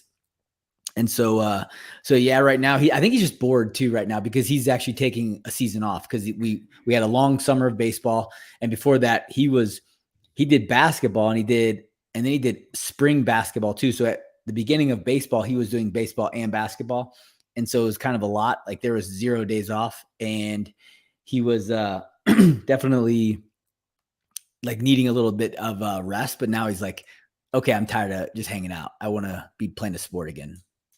Would you obviously took CrossFit to the highest level, but would you want that? You had a full life before you did that. Yeah. And would you want that for your kid? Like people ask me, hey, would you want your kid to be a CrossFit Games athlete? And I'm like, absolutely not. But the caveat to that would be, well, yeah, if he was in the Navy first and he lived it's a completely different life. You know what I mean? It's like, and then. Yeah. I don't think there's anything wrong with it. I think that if that's something that it's too hard, dude. It's too hard and too much work. And okay, pussy. Really, from you start doing it's too hard. By this, I mean, okay, hard's not the right word. Hard is what everyone says about everything. So okay, what are you talking about? You're right. That was a horrible description. I don't want my kid from the age of 16 to 28 to only see the inside of CrossFit Invictus and wherever they decide to put. Why? What a terrible term! What a terrible gym to say. CrossFit Mayhem. I don't want him to see the inside of CrossFit Mayhem from the time he's 17 to he's 28. Do you know what I mean? Like, I mean, he's going to be stupid. He's going to be a dumb kid. That's not true. You think Justin Medeiros is dumb? If he stays inside of just he's been doing CrossFit for years. How old is he? I don't know if I had to guess 24, 25. I would think that he's not that worldly. I wish you would have used someone else. I like him. Can we use someone else? No, that's who we have to use. I mean, because he was he was a teenage athlete too. Like he did the team division. Right. I like the Colton Mertens. Do you think he's struggling right now? Justin Medeiros? Oh, for sure. Financially? No. not financially. No. I would have zero issues if my sons both became very passionate about CrossFit, saying, "Hey, I wouldn't." There's not a sport. There's not something that they would come up to me. That's not true. Most things. What sport? What sport? not a sport. I can't think of a sport that I'd be like, no, I don't want you to do that. If that's something that they really truly believe they loved and they wanted to dive into it. I would personally be more interested if my kid was like, hey, dude, I'm really into sewing. I'm like, cool. What are you going to do? He's like, I want to get a sewing machine and I'm going to fucking dedicate a few years to it. And I'm going to start sewing my own fucking clothes. And nothing wrong with that. Yeah. Yeah. I don't know. It just seems more, so why are you hating on the sport though that gave you your notoriety? And all you did was have a camera in front of you.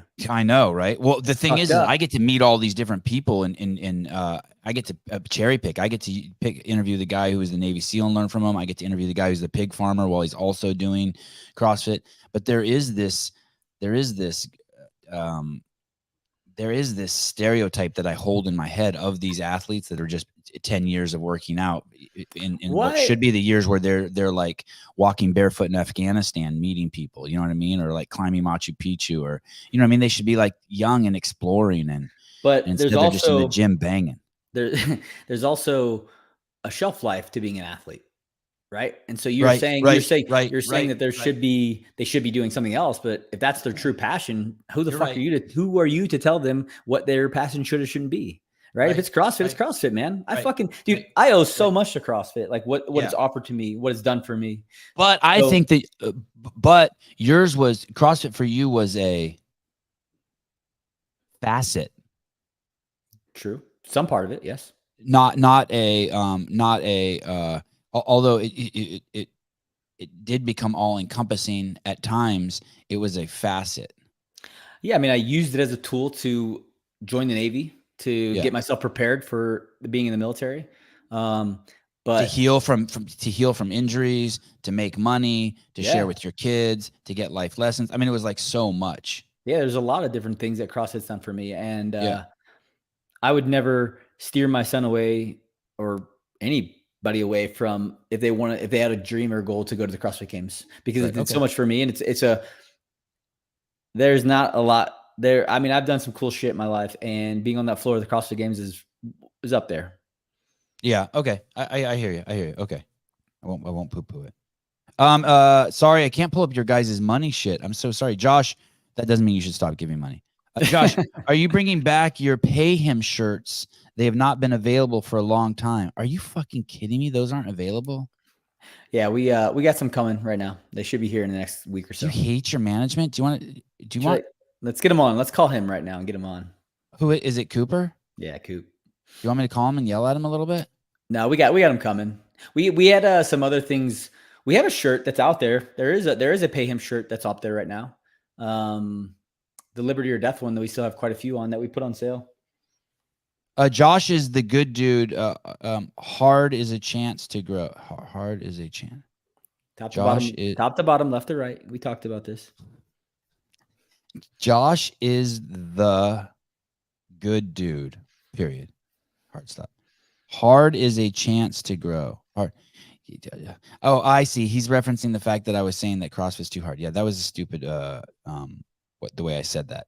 I just don't think it's Logan Ewing. As a former teenage competitor, I think it's gone overboard now. They're all homeschooled and do nothing but CrossFit just to quit at 19 years old. Moderation is key. Nothing in moderation. Everything is extreme. I agree. Fuck moderation. Thank you, Logan. That's a Roman. Actually, I put a post up about that the other day. Balance will never get you to greatness. Can't be balanced. Balance is people's way of being like, oh, I need to be balanced. Just an excuse. And you say the other day, oh, your Instagram account has grown. Just a little bit. You're not frozen anymore. Yeah, it started to grow for a little bit. Now it's kind of, I think, I get people who like to not help me, let me grow. Oh, over at the mothership? I think so.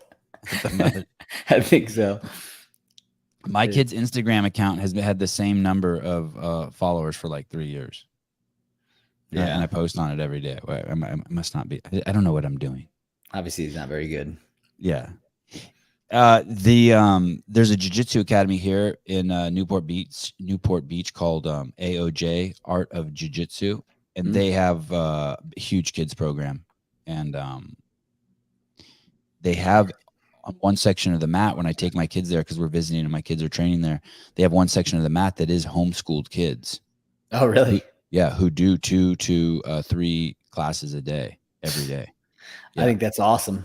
Yeah, and guess what? I mean, I see how much time is fucking wasted at my kids' school when they, well, especially during COVID when they were home, and you're like, Jesus, this is fucking insane. Like, my kids could be doing so much better shit with their time.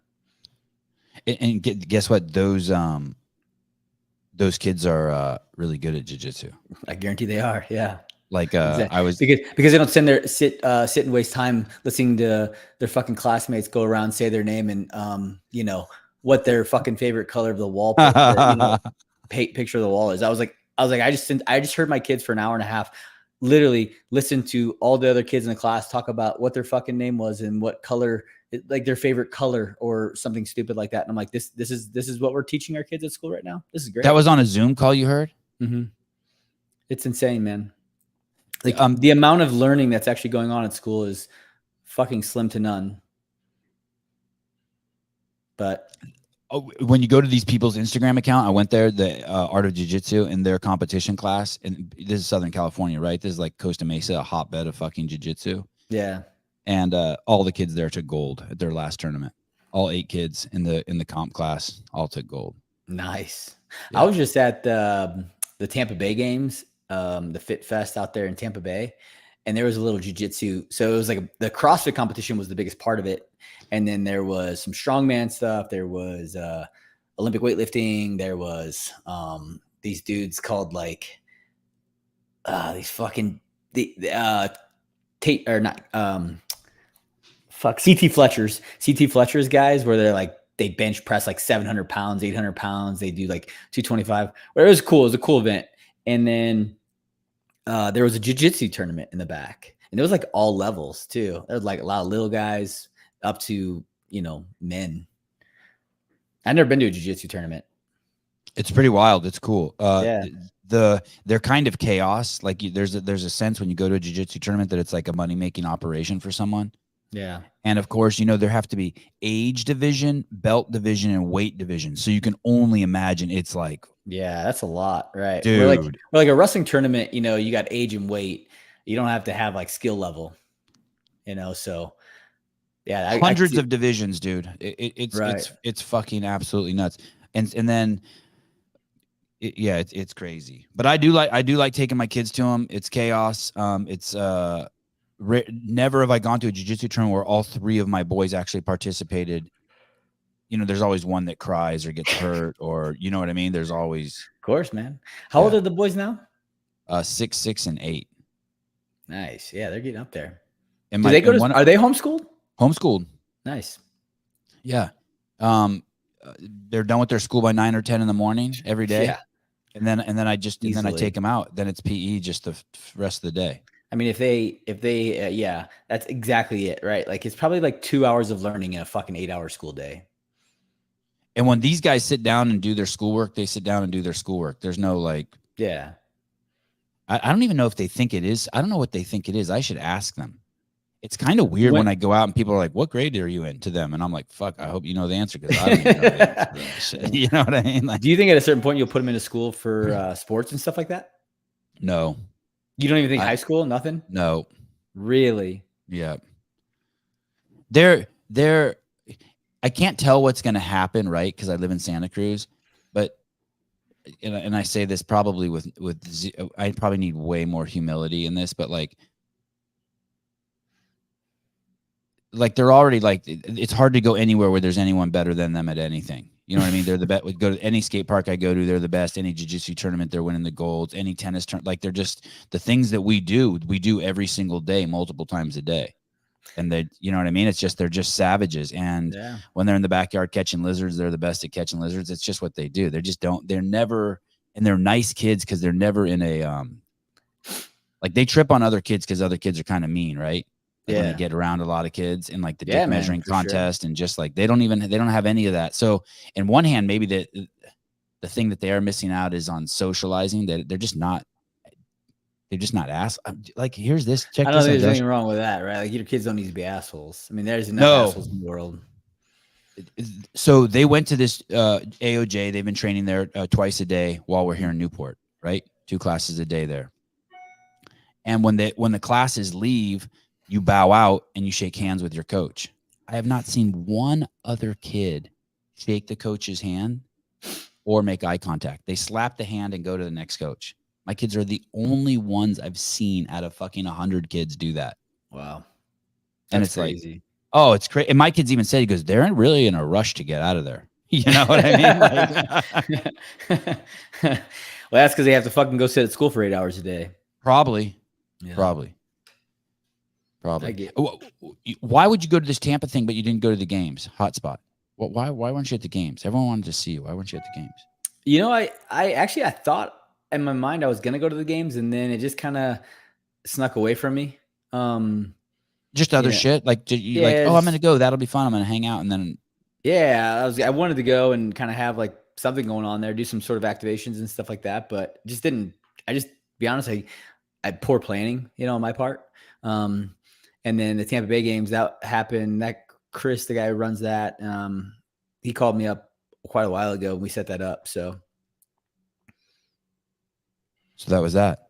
yeah. And when you say activations at the games, mean like release a new coffee, release a new shirt, like do something so it makes it worth your while. Have something like fun there like to that- get, yeah, like like- have a purpose there. have a just be purpose there, and not be just- like, not hey, just- love me, I'm Josh Bridges. Yeah, and I just go there and watch people work out. I mean, don't get me wrong, I love watching the games. I watched it all weekend, and my head I was like, I should have been there. And next year we will be, but like doing workouts and shit like that, right? Like that shit's fun. I like working out with the community and basically being part of it. Yeah, bring coffee, bring whatever, and just hang out and have a good time. The camps, are you still doing the camps? Yeah, but we don't have any scheduled right now. We will schedule one probably here soon for the end of this year. Has life gotten too good for you? Well, What the I'm fuck is getting going ma- I'm on? get- I'm No getting paying married. shirts, no games, no camps. I'm getting married, dude. Oh, when is that? Soon, like in a couple weeks. And so, are you nervous when you say that with like some apprehension? You all in? No, I'm No. I'm all in. Yes. Okay. Just busy, like getting shit ready. And then do kids sports, man. Like Right. Well, that like- is true. Every time I feel like whenever we touch base, you're always either Dude. with your kids or at some kids event. You're like, hey, I can't talk. I'm driving, or dude, it's like it doesn't stop, man. Like I'm not exaggerating when like during the summer we didn't have a summer because every weekend was 8 to 12 hours at a baseball field. Every like Saturday and Sunday, both days. Like, and I'm not exaggerating one bit. Anybody that has a kid that plays travel baseball knows that I'm not I'm not lying.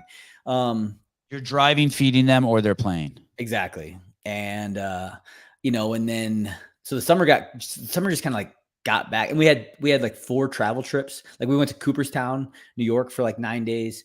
Went to Phoenix, went to Albuquerque, went into the mountains for a mountain tournament. It's just like right now my life is those boys and making sure that they are having cool experiences and growing as people and athletes. And, for me, like, obviously I'm still doing my thing, but it's just not like the priority.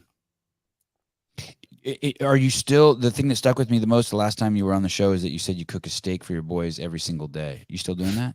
Yeah, man. We still eat a lot of steak. God, you're a stud. I bought a whole dude. I bought a whole cow, man. And we're like 4 months ago, and we probably have like a quarter of it left. Like we eat a lot of red meat. Joe Westerland, it's not even baseball season, and I spent my entire Sunday yesterday on a baseball field with his son. Yeah, it happens, man. It's nuts. It is travel baseball it's a lot, and it's cool. Is it a money-making thing? Probably some of it is. But they're getting to play. They're getting some cool experiences. They're traveling. I don't care. I want someone to get rich off the jiu-jitsu tournaments, right? Like, yeah, good on you. right. Let someone make money off the kids' tournaments. Yeah, I mean, someone's Right? going to Yeah. at some Yeah. point, you know. I mean, and because it's probably You said it like it was bad, like some Right. wokest. I was just getting a little disappointed. No, in you, man. Josh. That's where we live. That's where we All right, live, all right, baby. That's where we live. all right, all right. And so yeah, it's cool. It's fun. It's just a lot, and that definitely takes up a lot of my time. And I'm not complaining one bit. I love it. You know, I mean, of course. it's You just, you only do what you want to do, right? yeah, man. Like I don't have a boss. And you want to spend time with your sons. Exactly. I want, like, my dad, we didn't have a relationship. And, you know, I remember being a kid and being like, seeing my buddies with their dad and being like, you know, damn, I wish I had that. And so like, for me, it was, you know, it's been so much, and maybe I'm going overboard in the other opposite direction, but I'm okay with that.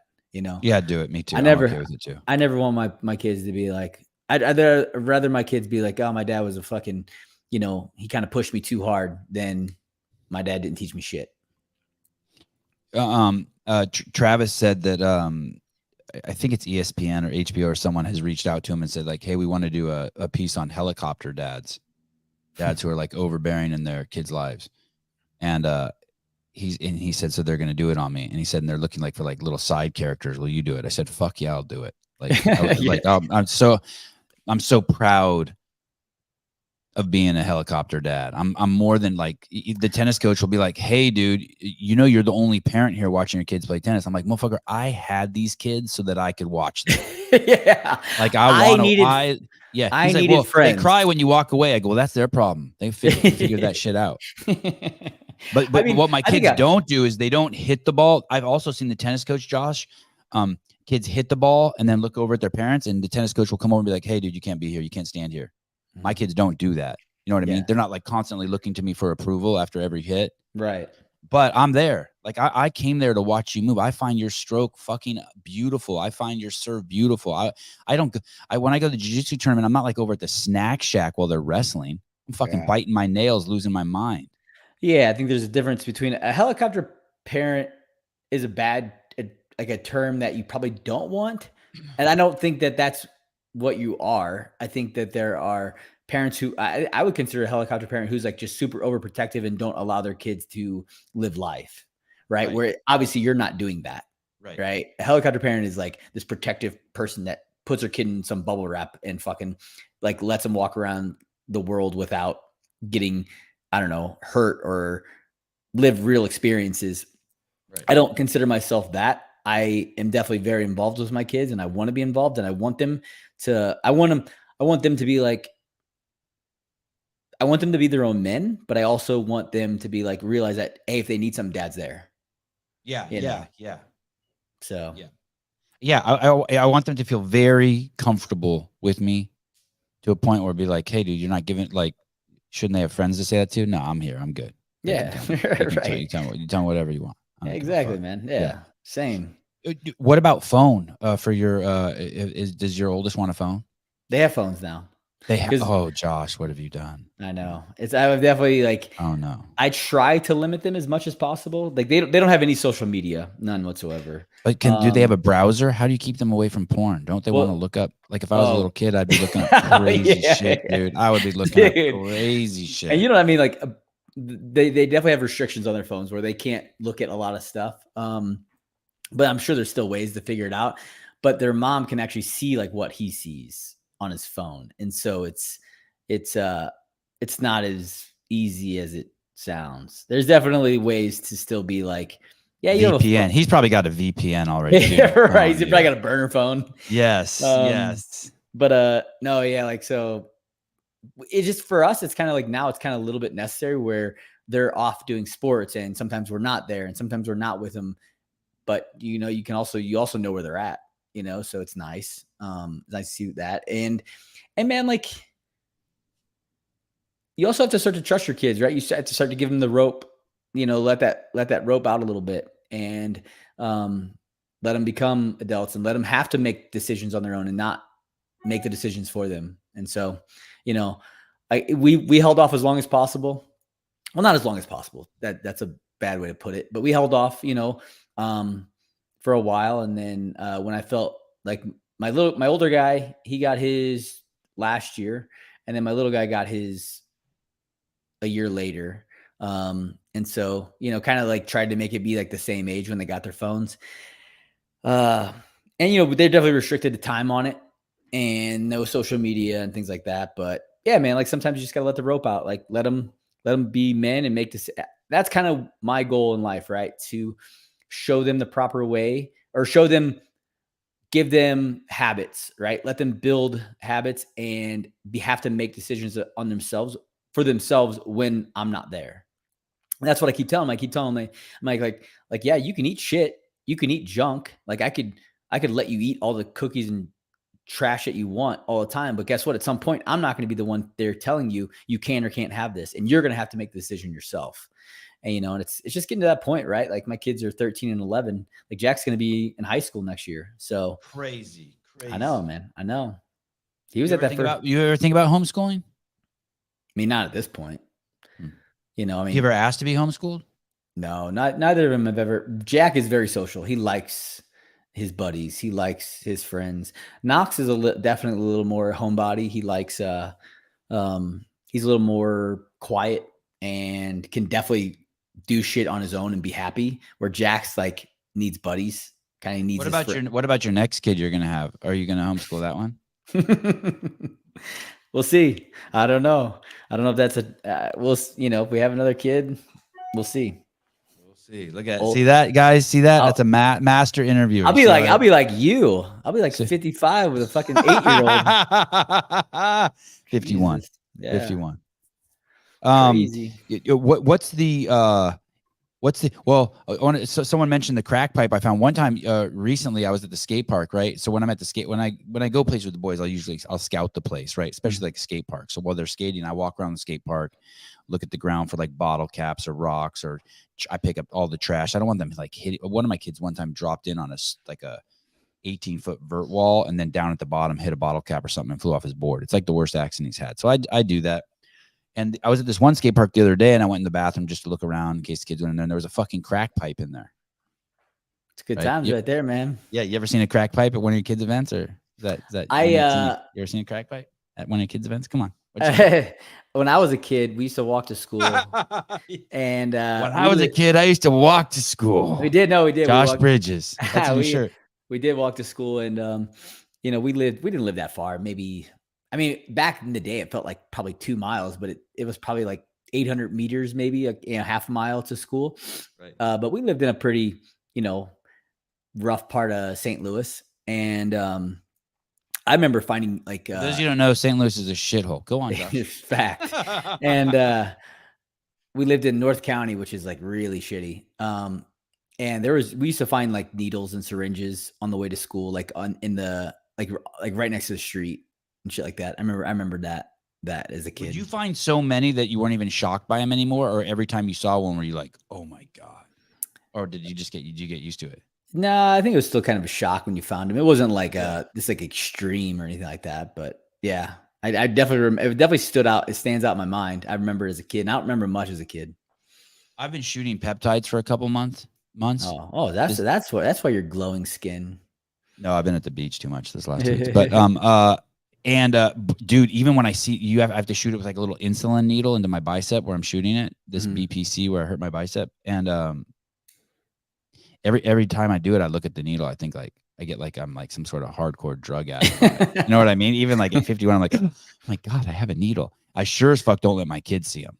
Yeah, like it would be this horrible thing if they saw dad with a needle. I don't know why. I'm not sure if it is or isn't, but in my mind, it's horrible. That's really funny because so after my knee surgery in 2019, I was on blood thinners and I had to go home and I had to give myself a blood thinner shot every day for like stomach. Yeah. Yeah. Yep. And they fucking hurt. But I remember feeling kind of weird because there would be days where I'd be like, hey, asking my son, hey, will you grab because they're just like prepackaged needles with the medicine already in them. And I was like, I felt kind of weird doing it. Grab me a Coors Light and my needles, please. Grab me a can, son. Yeah. Dude, I fetched so many beers for my dad out of the fridge and my uncles. So many. Yeah. And then I remember like all of a sudden, like in the 9th grade or something, 8th grade, watching TV, and there would be like some like PSA on how you shouldn't do that. I'm like, motherfucker, why are you showing this PSA during a cartoon hour? Show it when my dad watches TV. Right, exactly. Like all you told me is now my dad's a piece of shit. You know what I mean? Like I like going and getting him a beer. Makes you feel important. Yeah, I'm helping. I'm helping. And then I would open it for him. It was the kind where you just you would tear the piece off, right? It was like just and then yeah, old school cans. Yeah. What was it? Bush? Was it Bush? He would drink Coors. They didn't have Coors Light back then, and he would drink this one. I was real men back then, you know. It's just piss water, and then he would drink this one that was just in a yellow can, and it was just generic. It actually said generic, and it just had a barcode on it. No shit. Yeah, crazy, right? Yeah. It just said generic. Yeah, just beer. It said beer. It was like a Simpsons cartoon. Just beer. Beer, exactly. Yeah. Love it, man. What's the worst injury one of your kids has sustained, and did it change your perspective or the way you treat them or the way you did your parenting? There's been a few injuries, nothing crazy. The weirdest thing that happened was Jack I was actually I was in London doing one of the Metcon releases, and I get a call from That's the shoe, the Nike shoe? Yeah, the Nike shoe. Okay. Sorry. And I get a call from for the three people who don't do CrossFit who are listening. I was trying to right. Nike Metcon shoe, which is the CrossFit shoe, the CrossFit trainer. We were doing one of the releases there, and I just remember like getting a phone call from their mom, my ex-wife at the time, and just being like, Jack's in the hospital and he has really high blood pressure. And then I was like, and you're like, no problem. Call me later. I'm just going to finish this out with the shoe. And so I'm like freaking out, you know, now all of a sudden your blood pressure was higher than his. Yeah, exactly. And I'm like, tell me more. What's going on? Like, what's going on? And like, the doctors just didn't know. They couldn't figure it out. I'm like, how did you even know that he had high blood pressure? And she said he was just like jumping up and down on the couch, and like, he was just acting really weird. He wasn't himself. And so she took him to the hospital, and like his blood pressure was like an insane number. I can't even remember what the numbers were, but they were like, for an adult, it would have been like 220 over like 160 or something crazy. Right. And so I immediately go to, the people I'm with, and I'm like, hey man, I gotta get on a plane right now and like go home. Like, I don't know what's going on. And the worst part about it was that was still when like you didn't have cell phones. You couldn't get like Wi-Fi on international travel planes yet. And so like, I was just so nervous and so scared that like, because I had 12 hours where I didn't have service, I couldn't get contact, didn't know what the hell was going on. So I'm like getting off, like once the plane landed in San Diego, turned my cell phone service on to find out what the fuck was going on. And that was really scary. And we were in the hospital for, I think it was like 14 days. Wow. Because his blood pressure wouldn't come down. I remember this now. This was, I feel like it was like 2015. So he was like 5, maybe. Okay. I don't remember. Okay. Maybe it's the story before. Yeah, I think I might have told you the story, but yeah, it was crazy. And so so we were in the hospital for 2 weeks. It was in a military hospital, and every fucking day. So military hospitals are a little weird, right? You don't get assigned a doctor, right? You get the doctor of the day. And so every fucking day the doctor would come in and be like, it was almost like day one for 14 days. Right. And I finally got to a fucking point. And I was like, hey, and they gave him every test under the book. There was one point where they put a catheter in him and he started screaming, and the nurse was like, he needs to calm down. I looked at him and I go, you're putting a fucking tube where a tube doesn't go. You need to shut the fuck up. And I was like, at this point, we're like day 10 in at the hospital. Yeah. And it was a rough experience. Did they call security on you? No, they didn't. Because they were using the wrong size tube. After that, they realized like that's why he was getting so upset. Aren't you so glad you stood up for him? Yeah, of course. I was like, there's times I didn't stand up for my kid when I'm like, what the fuck was I thinking? And I was like, always stand up. I was like, fuck you. I was like, you need to. Yeah. I'm like, he's 5 years old and you're putting a tube where a tube doesn't go. You would be the same way. So shut the fuck up. Yeah. And I was not I mean, I was telling doctors, I was like, you need to get the fuck out of the room. Like we're not here. It's not day 1. This is day 12, day 13. Like, don't fucking come in here asking me what's going on with my son. Yeah. It was an experience. And they finally, what they had to do was they just finally put him on a blood pressure medicine. It came down, and then they weaned him off the blood pressure medicine, and his blood pressure has never been the same. So I don't know if it was like a virus that he got. Like, Meaning it's never gone back up. It's just back to normal now. yeah, it's been back to normal ever since, and he's never had any Oh, it was a issues. virus. It was something like that. He had some sort of infection, right? Probably. It was something. Yeah, it was something, but they were testing him for everything, and nothing was like showing up. And so it must have been some sort of like, that was like the only conclusion we ever came to, because he had to go to, the special doctors to like figure out blood pressure, like why. And is he off all that shit? Oh yeah. He was only on it for like 6 months. God, And then, so happy that's behind you. Or 3 months. Yeah, it was crazy. Other than that, it was like, not my little guy broke his arm once, and whatever. It was kind of funny. He comes in from a skateboarding accident. He fell on a skateboard, and my mom's like, his grandma is like, I think he broke his arm. And I'm like, Mom, I'm like, Mom, be quiet. Like, he didn't break his arm. He's just hurt. Come on, and you're going to get him agitated. Yeah, He's I thinking know. his arm is broken. Chill the fuck out. And then I look at Knox, and I look at my little guy, and I'm like, what's wrong, buddy? Like, tell me what you think, what's going on. He goes, I think I broke my arm, Dad. And I was like, all right, fine. So I take him to the emergency room, and sure as shit, he broke his arm. And so I was like, okay, lesson learned. When my kid broke his elbow or his arm or something, so we go in and do the X-ray, and they're like, his arm's broken, and then I'm like, oh, but I don't see it, and I'm looking at the X-ray. They're like, it's right there. I'm like, I don't see it, and they're like, it's right there. I'm like, well, do you see it? And they're like, well, we don't really see it either.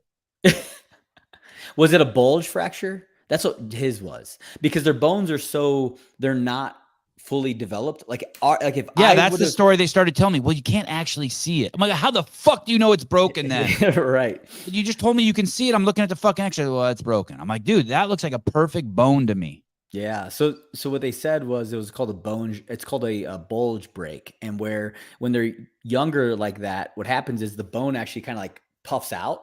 Yeah. And if it was us that did what he did, it would have been you would have seen a fracture, like a crack. Where when they're younger, because their bones are not as hard. They're like, I guess, like more of like a cartilage, I guess, kind of thing. So the bone will actually just bulge out, and it's considered a bulge fracture. Oh, interesting. And that's what Knox had. Hey, have you ever had exertional compartmental syndrome? No. Are you familiar with it? Compartmental little. Syndrome, like it's probably happens in the military a lot. Like in calves, right? It happens in calves a lot. Yeah, if you get kicked or there's, it's like compartment syndrome, right? Compartment syndrome. Like there could be an explosion or something could drop on you, but it basically it's trauma, and then isn't where like there's like a buildup, and like it's not like the blood's not like coming, like it's like they have to almost like release. Yeah, something. Wherever it is, you won't have a pulse anymore. Okay. Anyway, I don't know it all that well. No. So the other day, my kid did 100 burpees for time, and his left arm started doing some weird shit. And I looked up compartmental. I thought maybe he had rhabdo or something, and it was just bugging him and throbbing, and it lasted for days. And eventually I was like, I wonder if this is exertional compartmental syndrome. I was just wondering if you knew. I've never heard of that from burpees. That's crazy. I've heard of he was going hard. It was 100 degrees in the garage, and his record for 100 burpees was 420, and he wanted to break it. He did not break it. That's pretty good, man. That's 25 burpees. That's just over 25 burpees a minute. That's solid. And dude, and he was usually when he does burpees, he would like do them like fast burpees. And at like 40, I noticed this jackass was like doing strict burpees, like doing push-ups and shit. I'm like, oh, he's fucked. I just knew at that point. He got to like 50 burpees at 2 minutes. I'm like, he's fucked. I knew. Oh my gosh, that's funny, man. I made my kid. That's not funny. Sorry. Your kid guy, is his arm better now? He's better. I think he's better now. It's been a week, but it does. When my kids, I was going to say, when my kids get injured, it makes it. My kid got really, Avi got kicked in the stomach one time in jiu-jitsu practice and fucked his bladder up. And he said his pee and shit was all weird for like 8 months. Like he just didn't feel comfortable down there. Sorry, not 8 months, 8 weeks. And so he wouldn't do tennis. He wouldn't do jiu-jitsu. He didn't want to do skateboarding. He didn't want anyone near him. He always needed to be near a bathroom. Like he was tripping. That's weird. Yeah. I never got it checked out. You never got checked out? No, but good for you. Way to be a good dad. I like that. At that point, you want to talk about not being a helicopter dad? I like that. At that point, they'll Josh, figure this shit out. Oh, actually, that's not true. I did take him to the doctor. That's not true. I did take him to the doctor. I took him to like 2 or 3 doctors. That's actually, now that I think about it, I did. Yeah. But I waited a while, a few weeks. I just remembered. Yeah, I actually did. Man, but anyway, they never found anything. But at that point, I realized that's why when I go to jiu-jitsu tournaments and my kids cry or they don't compete, or we go to the skate park and they don't want to do it, or we go to like at AOJ, one of my kids won't do both classes. He'll only do one. I don't even care.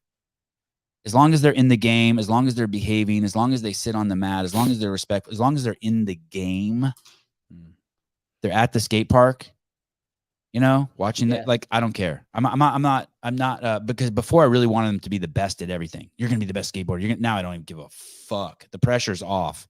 I do not want an injured kid. I want a healthy kid. Yeah. And you know what I mean? I mean, he's not going to sit there on the iPad. Yeah. But and it's working. You know what I mean? Once a month, the kid will get to the skate park and he just won't skate. But the other 29 days, I think it's definitely intelligent. It's like what you said earlier. Trust him. I trust him. Yeah, I trust you. You're not doing it today. Fine. You're not doing it today. It's not like some sort of like thing that's like you're missing weeks. Right. And exactly, man. Like, I think parents get so over the top, but they think their kids have to be the best the first and the best, right, at everything. And it's like, man, you're going to develop at different times. And I think that as long as your kid's growing and you're seeing like progression, that's all that really matters. Hey, I want to ask you a couple things about Rogue. Are you going to the Rogue Invitational? I am. The thing is, I think I have it. Oh yeah. I have to use the bathroom, and I got this 2-minute and 40-second commercial, and I have to run upstairs to use the bathroom. So I'm going to play this 2-minute and 40-second commercial, and then I want to ask you about Rogue. You cool with that? Did I lose you, Josh? No, I'm still here. You're going to leave for 2.5 minutes? You're not going to be here. You're not going to have to do anything. The commercial's going to play. Okay. Straight commercial break. Yeah, straight commercial break. All right. My old mattress was fucking trash. It was so hot. I couldn't control the temperature. My wife's boyfriend, everybody was pissed about how hot it was. It was crazy. And you know what? I'm done with the battle. You want different temperatures. You can make that happen. You could have your temperature. She could have her temperature. The dude next to her could have his temperature. Doesn't matter. It's all good. This episode is brought to you by 8 Sleep. Summer is reaching its apex, and there's nothing worse than tossing and turning and sweating your hog off at night because of the summer heat. The pod cover by 8 Sleep will keep you cool all night long, baby. All the way down to 55 degrees. Crazy, right? 55 degrees? Your mattress couldn't even dream of that. So you wake up fully refreshed. The pod cover by 8 Sleep fits on any bed, like a fitted sheet, slips on nice and easy. The pod cover will improve your sleep by automatically adjusting the temperature on each side of the bed based on your and your partner's individual needs. And it adjusts based on the phases of your sleep in the environment that you are in. Now, I thought I was sleeping good before, but I realized that wasn't until I got the pod cover. I love 8 Sleep because I can adjust mine down to a brisk 68 degrees. She has hers set at 70. I don't know why. She's crazy. She likes it hot like a sauna, but it's cool because they both adjust. You could do whatever you want. It's improved my mental health. Why? Because I actually sleep. And let's just say it might have improved the relationship a little bit too. When you sleep better, you're less stressed. 8 Sleep kills it. Okay, it's awesome. Packaging shows up just like any other package would, just like your DoorDashed food. You just bring it in the living room, open it up, let it fold, let it breathe. The pod cover has other amazing features. For example, thanks to pod sleep and health tracking, you can wake up to a personalized sleep report for you each morning that offers insights on how certain behaviors, like late night exercise or caffeine, impact your sleep and overall health. Maybe other. Speaking of late night caffeine, Are you back on? 51 seconds. Yeah. Hey, that's only the 3rd or 4th time in the show's history where I had to drop a deuce. Nice. That's a quick, dude. I couldn't even. I would just have to hold it. Dude, I had to run. I'm downstairs in a condo, and I can't use this bathroom here because it's in the bedroom where someone's sleeping. I had to run. Yeah, go ahead. I just ran, dropped a deuce, and ran back. Good job. God bless a minute and 51 seconds. That's a 2-minute, 41-second commercial. I did that deuce in a minute and 50. That was good. I love it. Nice work. Okay. I did wipe. Someone says, Vittori says you didn't wipe. I wiped. With your hand? My hand held toilet paper. got high blood pressure. I don't get I'm not getting the comments. The last comments on here is at like 9:30. It's an hour ago. I'm over on YouTube and I'm I have another screen over here where I can see I can't bring anything up. Gotcha. Yeah, the last comment was Josh is going to run the show. That's right. I do run the show. Okay. Are you going to Rogue? Yes. Why did you text me this morning not to ask you about Rogue? You know the reason. Like we're not talking about anything, so don't even fucking bring it up. Like, don't ask like how many workouts there's going to be. Yeah, that would be inappropriate. Yes. Don't ask if it's more heavy lifting traditionally, like Rogue is known for. Exactly. Don't ask stuff like that. Don't ask that question. That's right. Don't ask is there any new implements being introduced at the Rogue? Don't ask that. Don't ask it. I'm going to go through a few more that I'm not supposed to ask here. Okay, good. Hey, are you going to okay, how about this? Were you involved in how are you involved? Are you friends with Bill and Katie? Start sounding big. Are you friends with are you friends with Bill Henniger? Did you know who Bill Henniger is? I know who they are. Yes, I would consider them friends. And do you have them in your phone? Like, could you call them? Yes. Okay. Friends. And you are attending Rogue. Yes. And it doesn't conflict with your wedding? No, it's not until October. I don't remember the exact dates, but it's late October. Basically, like Halloween weekend, I believe. Okay. And you will be in attendance. I'll be there. Will you be on the field of play? Yeah, we're doing Legends again. Yes. Oh, you're going to do that? Yeah, same one as the one before. I thought you were more in an administrative position with Rogue, the event. No more questions, man. Jesus Christ. Oh, I see. There could then be a conflict of interest. No, because there's no like winner of the Legends. The Legends is just it's just like a showcase. You know, Jason's going to be bummed if you know the workouts before him. He's very competitive, this Jason Khalid. But it's team events typically. Okay. So it doesn't matter. We're good. All right. It's fine. All right. Enough. You can take the smoke. Are you excited about it? It's going to be a fun event. God, please ask Josh something about the event. It could call her. Hi, please ask Josh something about Rogue. Go ahead. Anything about Rogue? Yeah. Any question? He's Josh is here representing Rogue. I'm not here doing it. Fucking shut the fuck up. Fielding any questions you have that Bill and Katie were unable to answer there in the Seychelles right now, and so they've sent Josh. All of this is false. Don't ask me anything about Rogue from Canada. Go ahead. But I appreciate it. Well, I'll tell you what. My favorite shirt is a Josh Bridges shirt from Rogue. Well, thank you, sir. I appreciate that. Just quick, it's funny. I was just emceeing at a CrossFit competition up here in Canada, just a local event. And we were kind of just going through a lot of like the way, we're getting back into, way CrossFit is kind of climbing up again and the competitions are wanting to come back. And, it's been amazing watching all these athletes coming back and the communities are coming back into the fold. My question is, one of the questions that got brought up, we were kind of talking about at this competition was the PFA or the union type mentality that the athletes want to have, a professional league and all this other stuff. Me personally, I feel that, say, Brent and Pat, who are kind of organizing the PFA, that they're barking up the wrong tree when it comes to CrossFit and the games. I feel that CrossFit is a certification company with a methodology that's amazing, and it's a community-based event starting with the Open all the way to the games. I would think that Brent and those guys, or the union or future union, would have a better chance at barking up the tree of someone from Dubai or the United Emirates with billions of dollars and start like what the Live Tour did with golf. Start off with a 5-event world tour, pay those athletes, not a lot of money, but a starter so they can live off of. Whereas I feel like with Dave and Adrian, I kind of use the same quote as what Dana White did. The games and the Open and all that stuff and CrossFit.com and blah, blah, blah. That's the opportunity that those people can take. It's just an opportunity. They're not there to pay you. You can do whatever you want with it. Just your thoughts on that. Like, do you think basically like a live tour type event would do well, Josh, with CrossFit or the sport of CrossFit?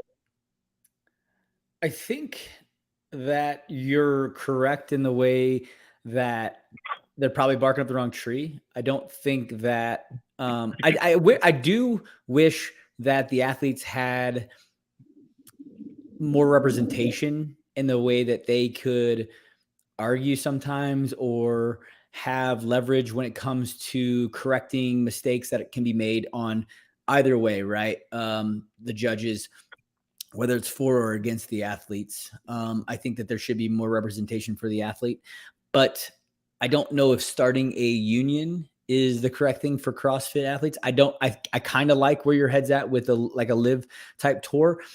The hard part about that is finding the correct athletes, right? Because athletes in the CrossFit space typically have short lifespans and you only see a select few. And then those athletes have to pick and choose which events that they do outside of the CrossFit realm.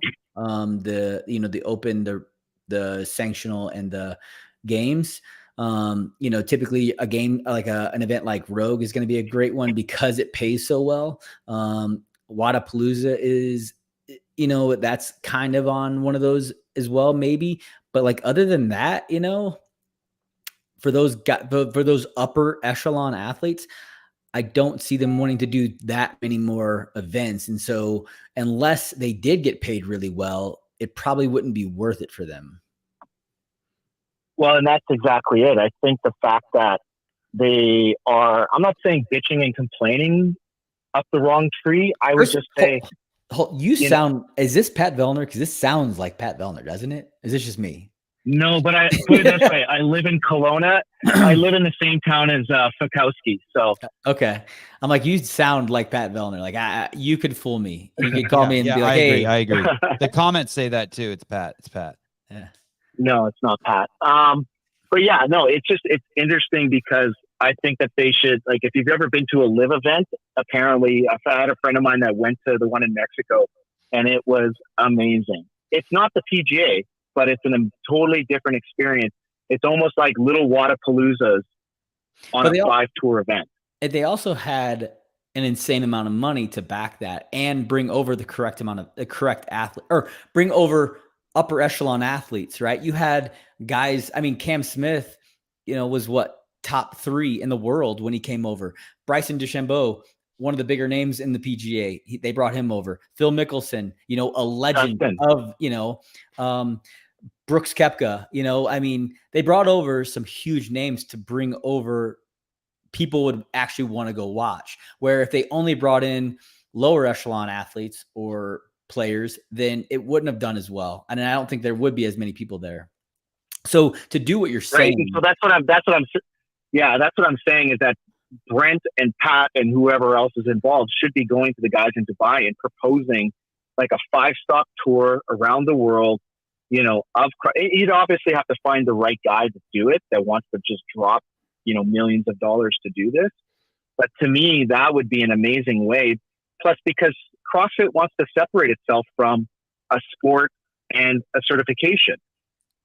I just don't think that it would be really hard to do. And I'm not saying it couldn't be done. You'd have to pull away some of the top athletes from the sport to get them over to do that, to still be able to compete, or to be able to compete and then not have to do the games or like a Rogue or any of those other events that pay out, because that's how that's also how they're, making their living and building their brands. Now they have to take a gamble where the athletes on the live tour didn't really have to gamble because they were giving so much money. You know what I mean? Like there was no gamble there. It was like, no one's going to do that for CrossFit.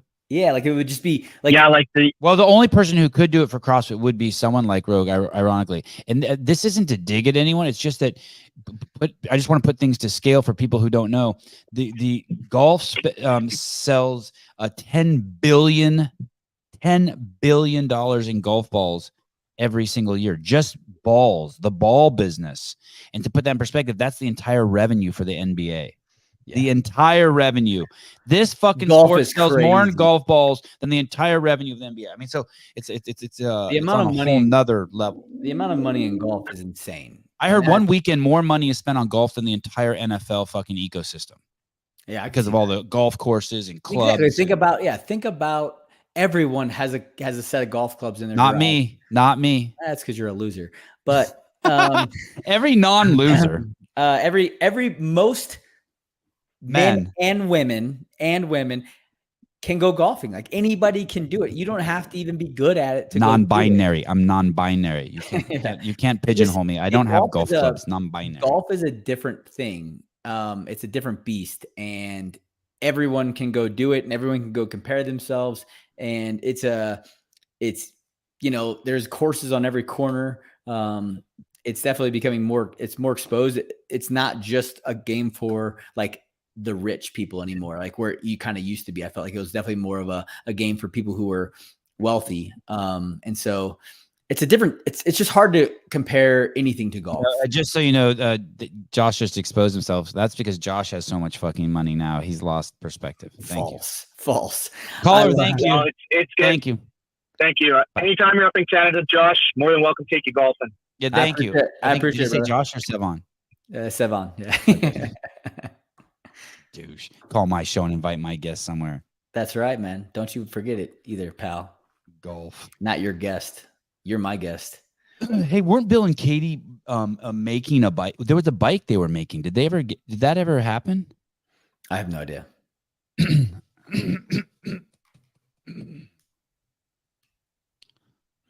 have been that third booster. pushing through one of the aortas. Pushing through my. Do you have multiple aortas? Or just one aorta. Who knows about aortas? Just all the aortas. Pushing through. Yeah. Shit. My YouTube station a couple days ago got shadow banned. They throttled me back, and I pulled down some. They don't even tell me why either. I just noticed that all of a sudden. Do you know what impressions are? No. On YouTube. So, you go to your YouTube page and there's like, you go to YouTube and it's like your homepage and there's like 500 videos they're suggesting for you. There's ones down the side. There's ones going like this. It's just like fucking videos heaven. Yeah. So each time that your video gets put on someone's page, that's called an impression, right? Mm-hmm. So like you can see like if you get like 100,000 impressions like throughout the world, like 4% of them might be clicked on or something. Anyway, all of a sudden I noticed the number of impressions they were giving me on other people's YouTube pages dropped by 30%. What'd you do? I had made a couple. I had talked about how I wanted. You know how schools have like libraries have like reading hours now. Like you can go and you can take your kid to the library and you can have men who dress up as women read to them. Like it's pretty common practice at libraries across well, I was talking about how I wanted to have like Navy SEAL reading hour, or it's just like you go there and it's like a Navy SEAL. Yeah. He's reading to your kids, or like an Amish lady. I'd love to like my kids like an Amish lady reading hour. And I talked about how I would like that. It's like more options than just men who'd like to dress as women at the library. Okay. And that didn't go over so well. They didn't like that. They didn't like that. They didn't like that. Okay. They didn't like that so much. I won't be posting anything like that then. I guess. Good to know. That got my shit throttled back. There is a monopoly on who can read your kids at the library. And, that's not a laughing matter, but yeah, interesting. So I pulled those down and immediately the throttling went away. Really crazy. Yeah, that is crazy. Well, thank you. Thanks for coming on and promoting. Someone in the comments wrote, "Hey, dude, Josh did not sign up for this. Like they think I'm taking advantage of you by accepting calls," which I am. Caller, hi. What's going on, man? How you guys doing? Good, brother. How are you? Josh is pissed. You should have seen how pouty he was when he thought I was going to take a deuce and there wasn't going to be a commercial. His mood was all over his face, like I was going to leave him on here by himself. I didn't like it. I wasn't happy. He was ready to fight. Yeah. Even though his homeboy had to take a deuce, he can't fucking just hang on and cover for me. This guy's taking a digger. No. He's taking a digger over there. All right. I would do that for you. Go ahead, caller. Yeah, I was I'm somewhat new to CrossFit, and it's kind of going with the last guy was talking about with the association, the PFAA, I think is what it is. and a couple of like the money being earned and so forth and so on. Overall, from a macro view, hasn't CrossFit year by year been paying their athletes a little bit more each games, and in conjunction with the Rogue Invitational, which I think is a few years old now? Yeah, shit's growing. You're absolutely right. Yeah. Every year there's more and more money making opportunities for people who participate in the sport of CrossFit, for sure. Okay. And then, another thing I was thinking about too is, I know CrossFit, I think, goes off of how they pay their athletes kind of with the same schematics as golf for the most part. And I don't know, I was thinking about like the NFL and so forth and so on, like with the way that CrossFit is going, and I know you guys can probably fill me in with a lot of this. The way that CrossFit is going, like, are they trying to make moves that's getting them more established worldwide to be able to get to a level, let's say, like the NFL, where they can pay their athletes more? What was that question? How can they make more money? The sport's tiny. Here's the thing, dude. The sport is fucking tiny. Tiny. We just have it's just a massive, it's a half inch of water spread over the planet. You know what I mean? It's just everywhere. Yeah. There's just no, it just, at the end of the day, it just comes down to money. Like how much money is in the ecosystem. And there's just not a shitload of money in the ecosystem. There are obviously remarkable things in the ecosystem, like Rogue, our X bar came out of the ecosystem. But I don't know. I don't know what happened to Progenics, but look, it was everywhere and now it's gone. And so that was a supplement that was in the space. I think it's just just a sheer dollar thing. There's no one being the thing can't even carry its own weight. I don't care what anyone says, but the reason why Rogue does an event is because they fucking pay for it because they sell so much equipment. The reason why CrossFit does an event is because they pay for it because they sell so many L1s and affiliate. Like these events are subsidized by other shit. And it's crazy generous that Rogue does this and that CrossFit does it. But other than that, these things aren't floating themselves by any means yet. I don't think. Kudos to Wadapalooza for actually doing it like just straight up. Wouldn't you say, Josh? For sure. Yeah. And that's why, I mean, the Rogue event, every time you hear an athlete talk about it, it's like the best event. I mean, for the athlete, they pay for your travel, they get you a hotel room, you fucking get a belt buckle that's one of a kind. The bus is nice that drives you from point A to point B. The food's good. I mean, Bill and Katie just do it top notch, Okay. Rogue is cool. And then my last question that I have for you guys is like, where do you see CrossFit, let's just say like in 7 years from today? It's a good question. I think it'll be, I don't know. I mean, gosh, it's grown so much and then it kind of like plateaued, I felt like a little bit. And then, CrossFit as a company, are you talking about, wait, did you say CrossFit or the games? CrossFit as a company in general. Yeah. CrossFit as a company, like with your guys' knowledge with the knowledge that you guys have and your experience and your expertise, like in the next 7 years, like where would you say CrossFit, the company, is going to be at? I don't know. I don't really have as much insight on the company. I don't think it's going to go anywhere. I don't think it's going to be gone. I think that depending on the leadership at the company, is going to make some huge impacts on it. And so that's a good question, but I really don't have a good answer for it. I think the ideology behind CrossFit is so good though for a training regimen, or just a fitness like lifestyle, is great. It builds community. It builds,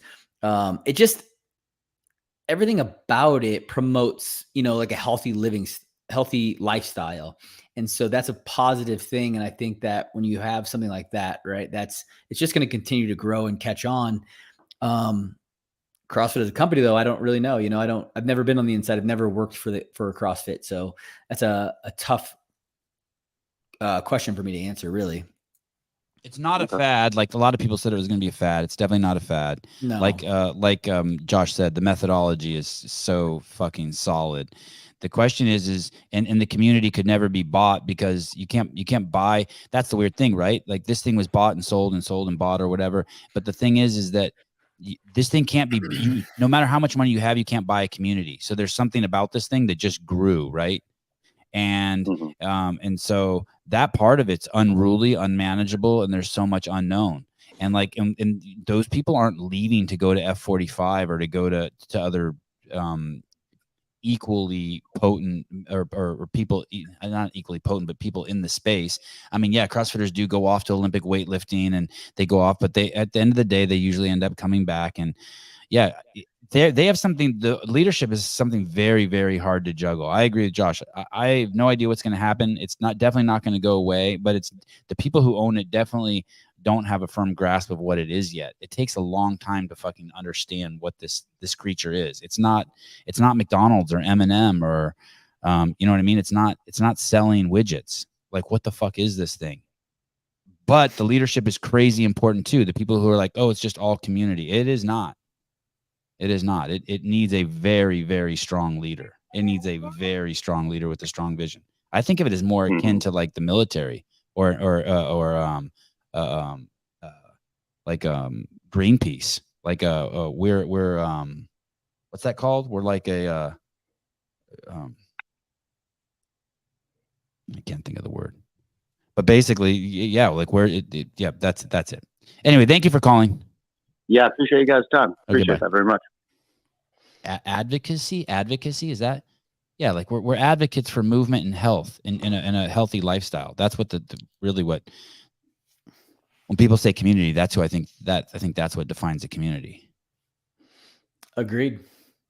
Heidi Kroom, Josh, you don't have to answer these questions. Dude, Josh is cool, guys.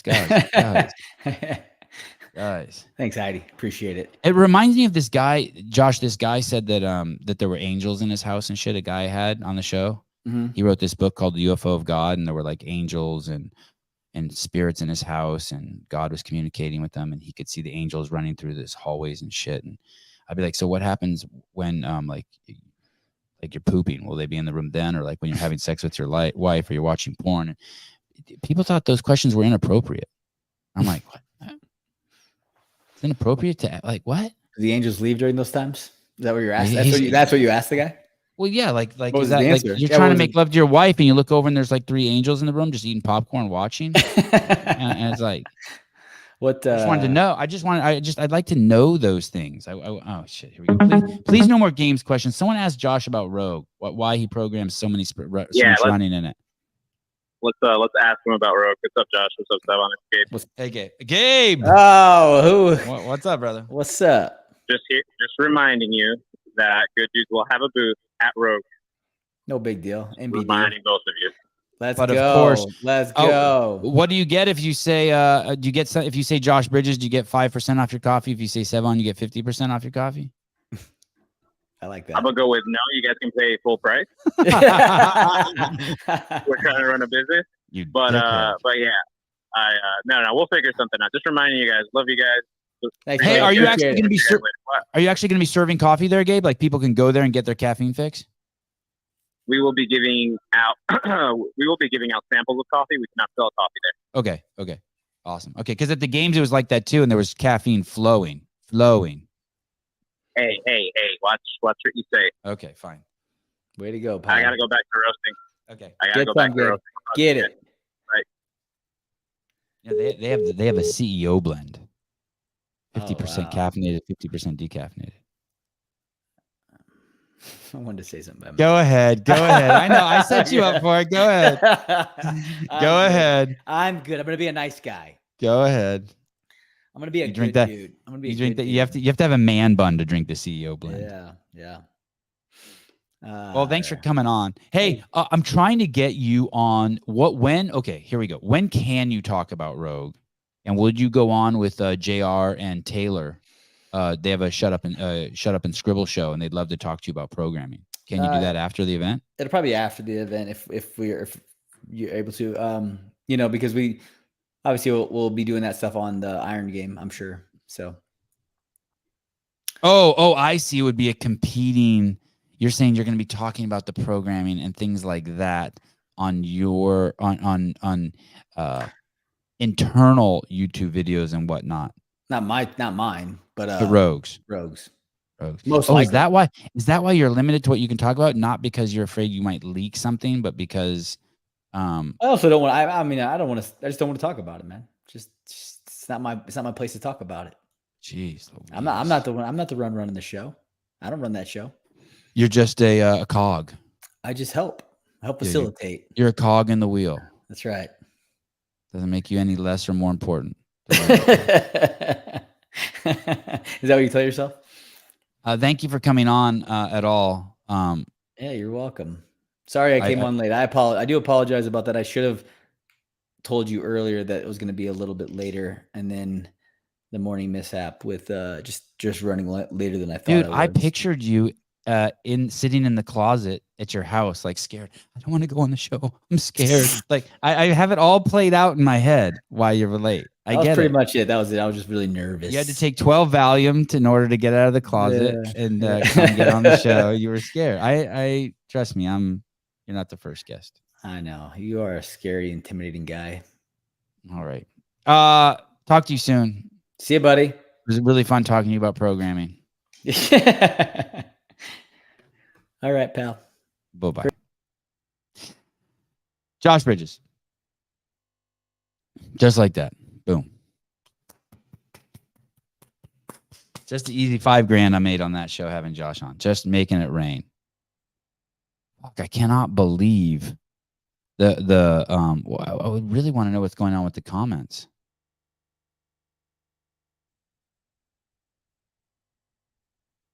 Two hours and 30 minutes. That's a hell of a long time to be on.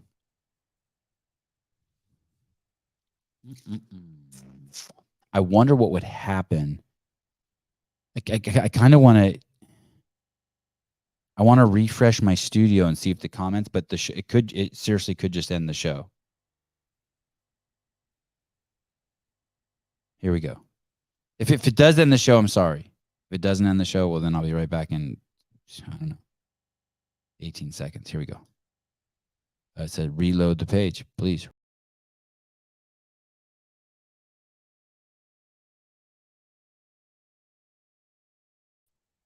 Okay. Oh, Chase, get with the programming. Same thing happened to us on the CF Games podcast. All right. Josh is worth the wait. Yeah, I so agree. Like, I didn't even notice he was late. Like, fuck, he's so good. It really is like that too. Like I was like, can you get me some easy guests? And he goes like Josh Bridges. I said, hell yeah. David Weed, the CEO blend, the pussy blend, the pussy blend. All right. Oh, and it already stopped again. Damn. Okay.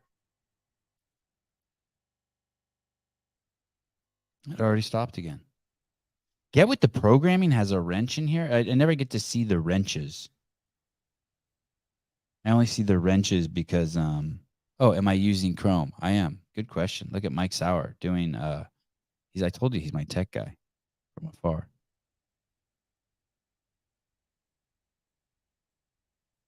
Everyone there's so I don't even remember how you give out wrenches, but now I only see the wrenches when I look at the YouTube page, and I'm looking at the YouTube page, which is, I can only think of like 3 shows I've ever done this.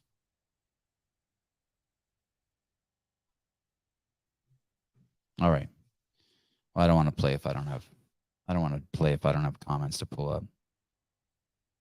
Oh, who do you think blocks all the porn comments? Says get with the programming. Well, thank you.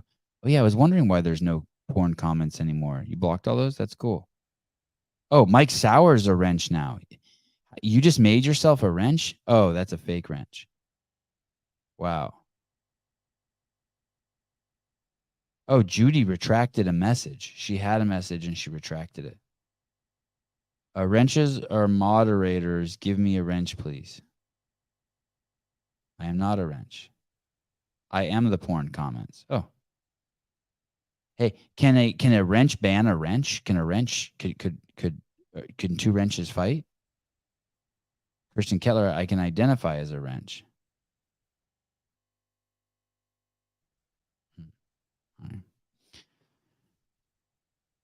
Tomorrow morning, 8 a.m. No, take 2. Tomorrow morning, 7 a.m. Greg Glassman will be here. That's going to be fun. God, I'm a twitchy mess today. My eyes twitching, my biceps twitching.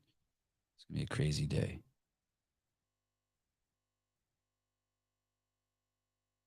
Oh. Oh, wow.